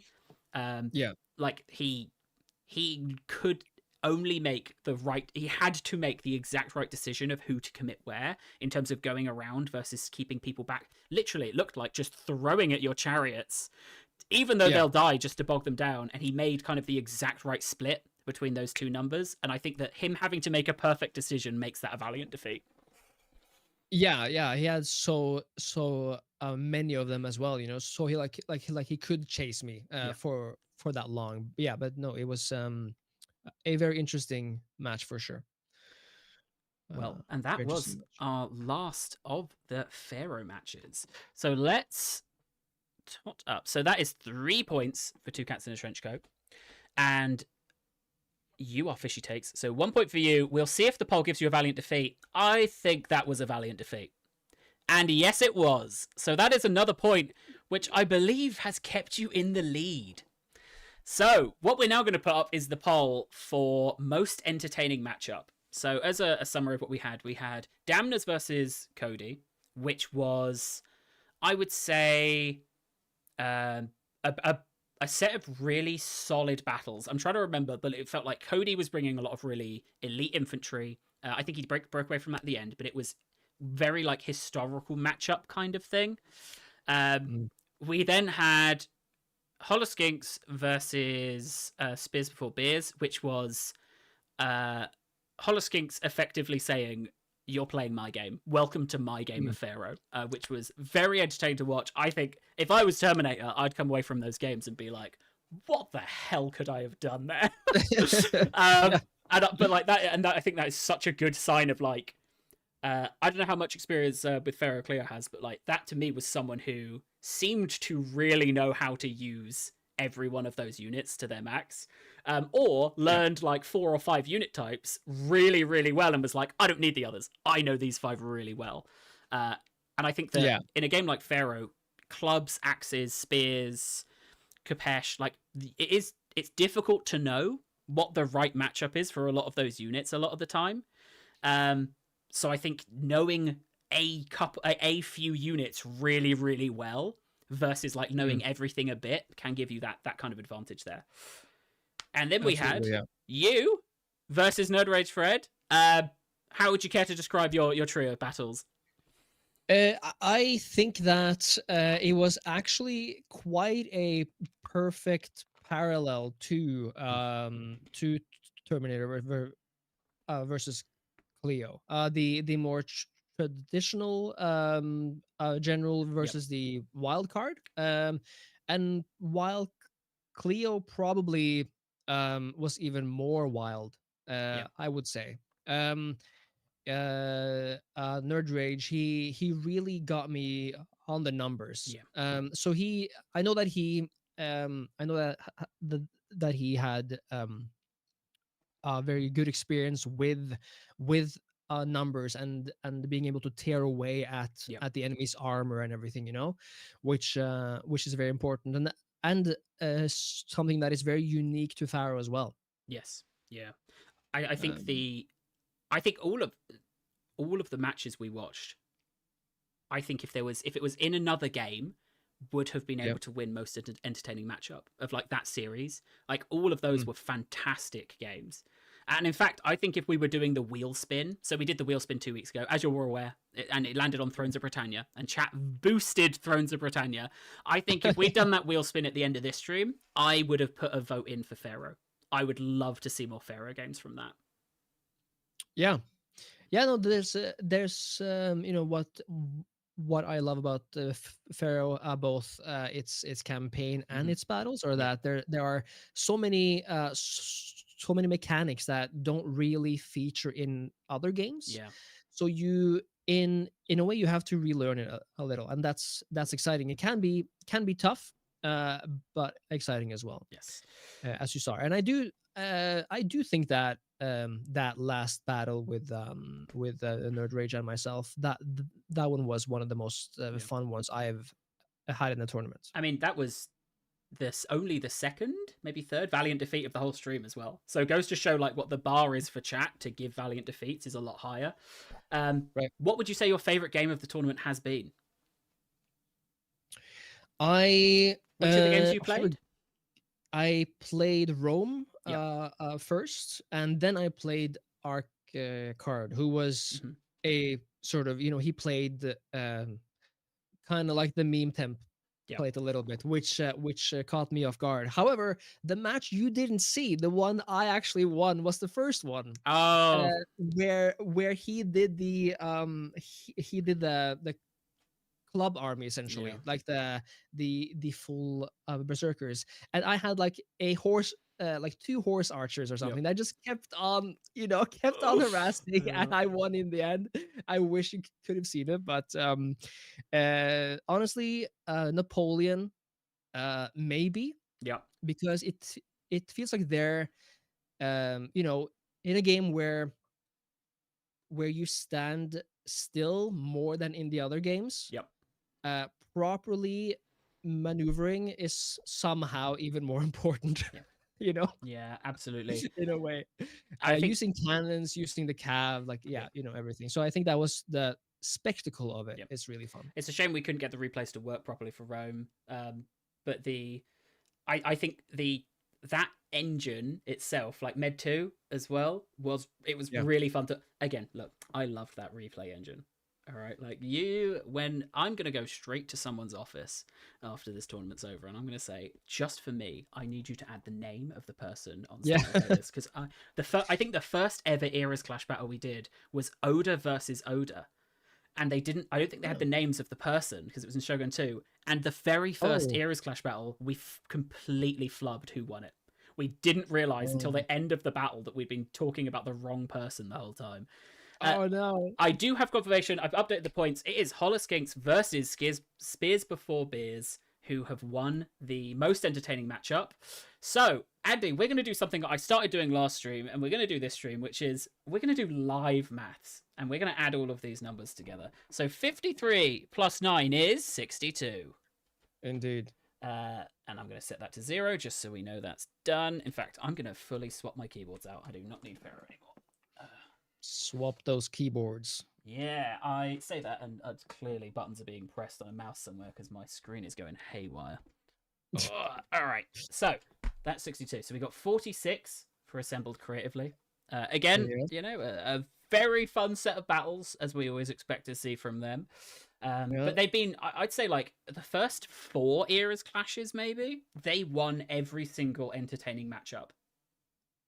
But now everyone's a little bit crazy, so they've got more competition for it. So this is 70 for Holoskinks. Yes, the first team to reach 70, and I've got to say, I'm so glad that I did the napkin maths before the stream to make sure no one could hit 100, because I do not have the space in this box. Okay, smart. 49. Yeah, 49, 67. Hold on, my brain only works at one number at a time. 67. So, I mean, we saw a swing here of 6 points from Holoskinks to Fishy Takes. So a 3-point difference going into the finals really makes it anyone's game. And I think it's Sotek playing Thrones in the finals. And we have here 63. Yes. So people mathematically in contention to win are Two Cats in a Trench Coat, Fishy Takes, Holoskinks, and I think just if they won all games and got most entertaining matchup, History Boys. Just for fun, let me get up the who's playing who, and we'll have a look. I mean, they're 8 points behind Holoskinks if Holoskinks wins every match. And History Boys, who's History Boys playing? So here's what we've got: Arcard versus Cody Bonds. So that is Two Cats in a Trench Coat versus History Boys. So one of them, they're both on pretty much the same number. So that is going to be, that could be the battle for second, and it could be the battle to see if someone can just swing into first if they get most entertaining matchup. I was thinking like, oh, maybe we do double points for the final, but I think I remember them doing that in like an F1 season, and it was hugely controversial because they introduced it halfway through the season, and no one knew it was going to come. So we're not going to do that. We've then got Lawmaster of Sotek, so Holoskinks versus Assembled Creatively. Now, and it is Damners. Assembled Creatively, I don't know how they're going to respond to knowing that they're up against... We've literally got first versus last. So if Holoskinks sweeps, that's it, right? But this is now 2 teams, and I think this might be the first time they've matched up. This is 2 teams who both rely on Anarchy. Interesting. I don't know if I don't think I have fought Holoskinks ever. Has Jackie? Yes, yeah. Everyone fought everyone at least once, and sometimes twice. So it'll be interesting to see for Holoskinks. I mean, yeah, it's like I could see if let's say they played in PHARAOH, especially against Monsters Abound, I could have seen a world in which Cleo fully Vanguard deployed and Monsters Abound fully Vanguard deployed, and they just swapped starting situations. Like, that's the kind of thing that I think we'd see. Someone saying, I don't think Sotek... Obviously, I'm completely rooting for Assembled Creed. I know, I can imagine you are. You're best. Because our third matchup will be Terminator versus Jackyfish, your teammate. Jackyfish, a very, very solid competitor. Terminator, as we've seen, plays very solid builds. Jackie, I've noticed he plays 70% a really serious army and 30% something wild. And I think that Okay. wild is actually what's managed to get him the edge in some games of like playing, I think, more traditional players like Terminator, where the wild card adds in that element of, no, you're playing my game. So I wonder if we're going to see a similar tactic against Terminator. Poor Terminator, if it is. Of like a similar tactic of like, I'm going to make you play the game I want to play. And this is going to be in Thrones of Britannia. We do have the maps for it. So I won't reveal the maps like it's some big reveal, but I'll say, so we've got a land battle, we've got an unfortified town assault, and then we have, for our very last game, a coastal battle, which will allow naval units to be used. I don't know if anyone's going to bring naval units, but it'd be very interesting to see. There is a chance, I think, mathematically, that you draw with Hollow Skinks, and I have nothing planned for if that happens. So playoff. Yeah, no idea what happens there. We'll work it out. We bring you both on, all four of you on. You have to flip a coin, and whoever gets heads wins. Yeah, we'll do a 2v2 match. You have to play me, and whoever beats me the most gets the victory. But yeah, that is the Eras Clash as we go into the very last round next week. So the last round next week will be the day after the Total War Showcase. So hopefully we'll have very good vibes, and we'll all be chatting and happy about everything that we got to see there. But looking forward to it. It will be probably a very high energy stream, and we will be joined by Lionheart. Oh yes, that's gonna be nerve-wracking to hear the outcome of and see. Someone in chat did call me out, it's like cuttingly accurately, with Josh, you barely have anything planned for a classic winner either. I look, we spoke about it in the Discord server. I will do something. So one thing I have been thinking, and I'll voice it here for the first time for you and everyone else. I was thinking of something like all of the competitors will get something to give away to their community, but the winners will get like 5 times as much of like specific keys or like any key of their choosing, that kind of thing. So I think we'll do something where you guys will get the chance to, because the point of this is we're bringing all of these communities together, right? So hopefully something that we can do where you guys can go and award all of your communities for being part of this. And speaking of, I'll quickly answer this. Someone said, so Josh, that 3K stream. The 3K stream will be in 2 weeks, 18th of December, 17th of December. I think 18th is when I've put that into the calendar, so that will come. But speaking of all the communities coming together, thank you so much for joining us on this stream. You have been a absolutely fantastic co-host, Andy. We really appreciate you coming along. Thank you for having me. It was truly wonderful. I wish I had thought a better game while I was representing myself here, but it was, I am live from Egypt, so there's a lot of like I also have cats. And I am absolutely going to look into your green screen software as soon as the stream ends, because I look like I'm slowly being absorbed into the pyramid, and you look absolutely great. So we'll have a look at that. But thank you so much. Thank you for coming along. Where can people find you if they want to watch more Andy's Take? Andy's Take on the old YouTube. Absolutely. I'll be there, and I'm sure we'll see everyone else there too. So thank you very much for watching, everyone, and we will see you next week for the finale, my last Friday stream, at least of the year, of the Eras Clash. So see you then. Goodbye. Have a good one.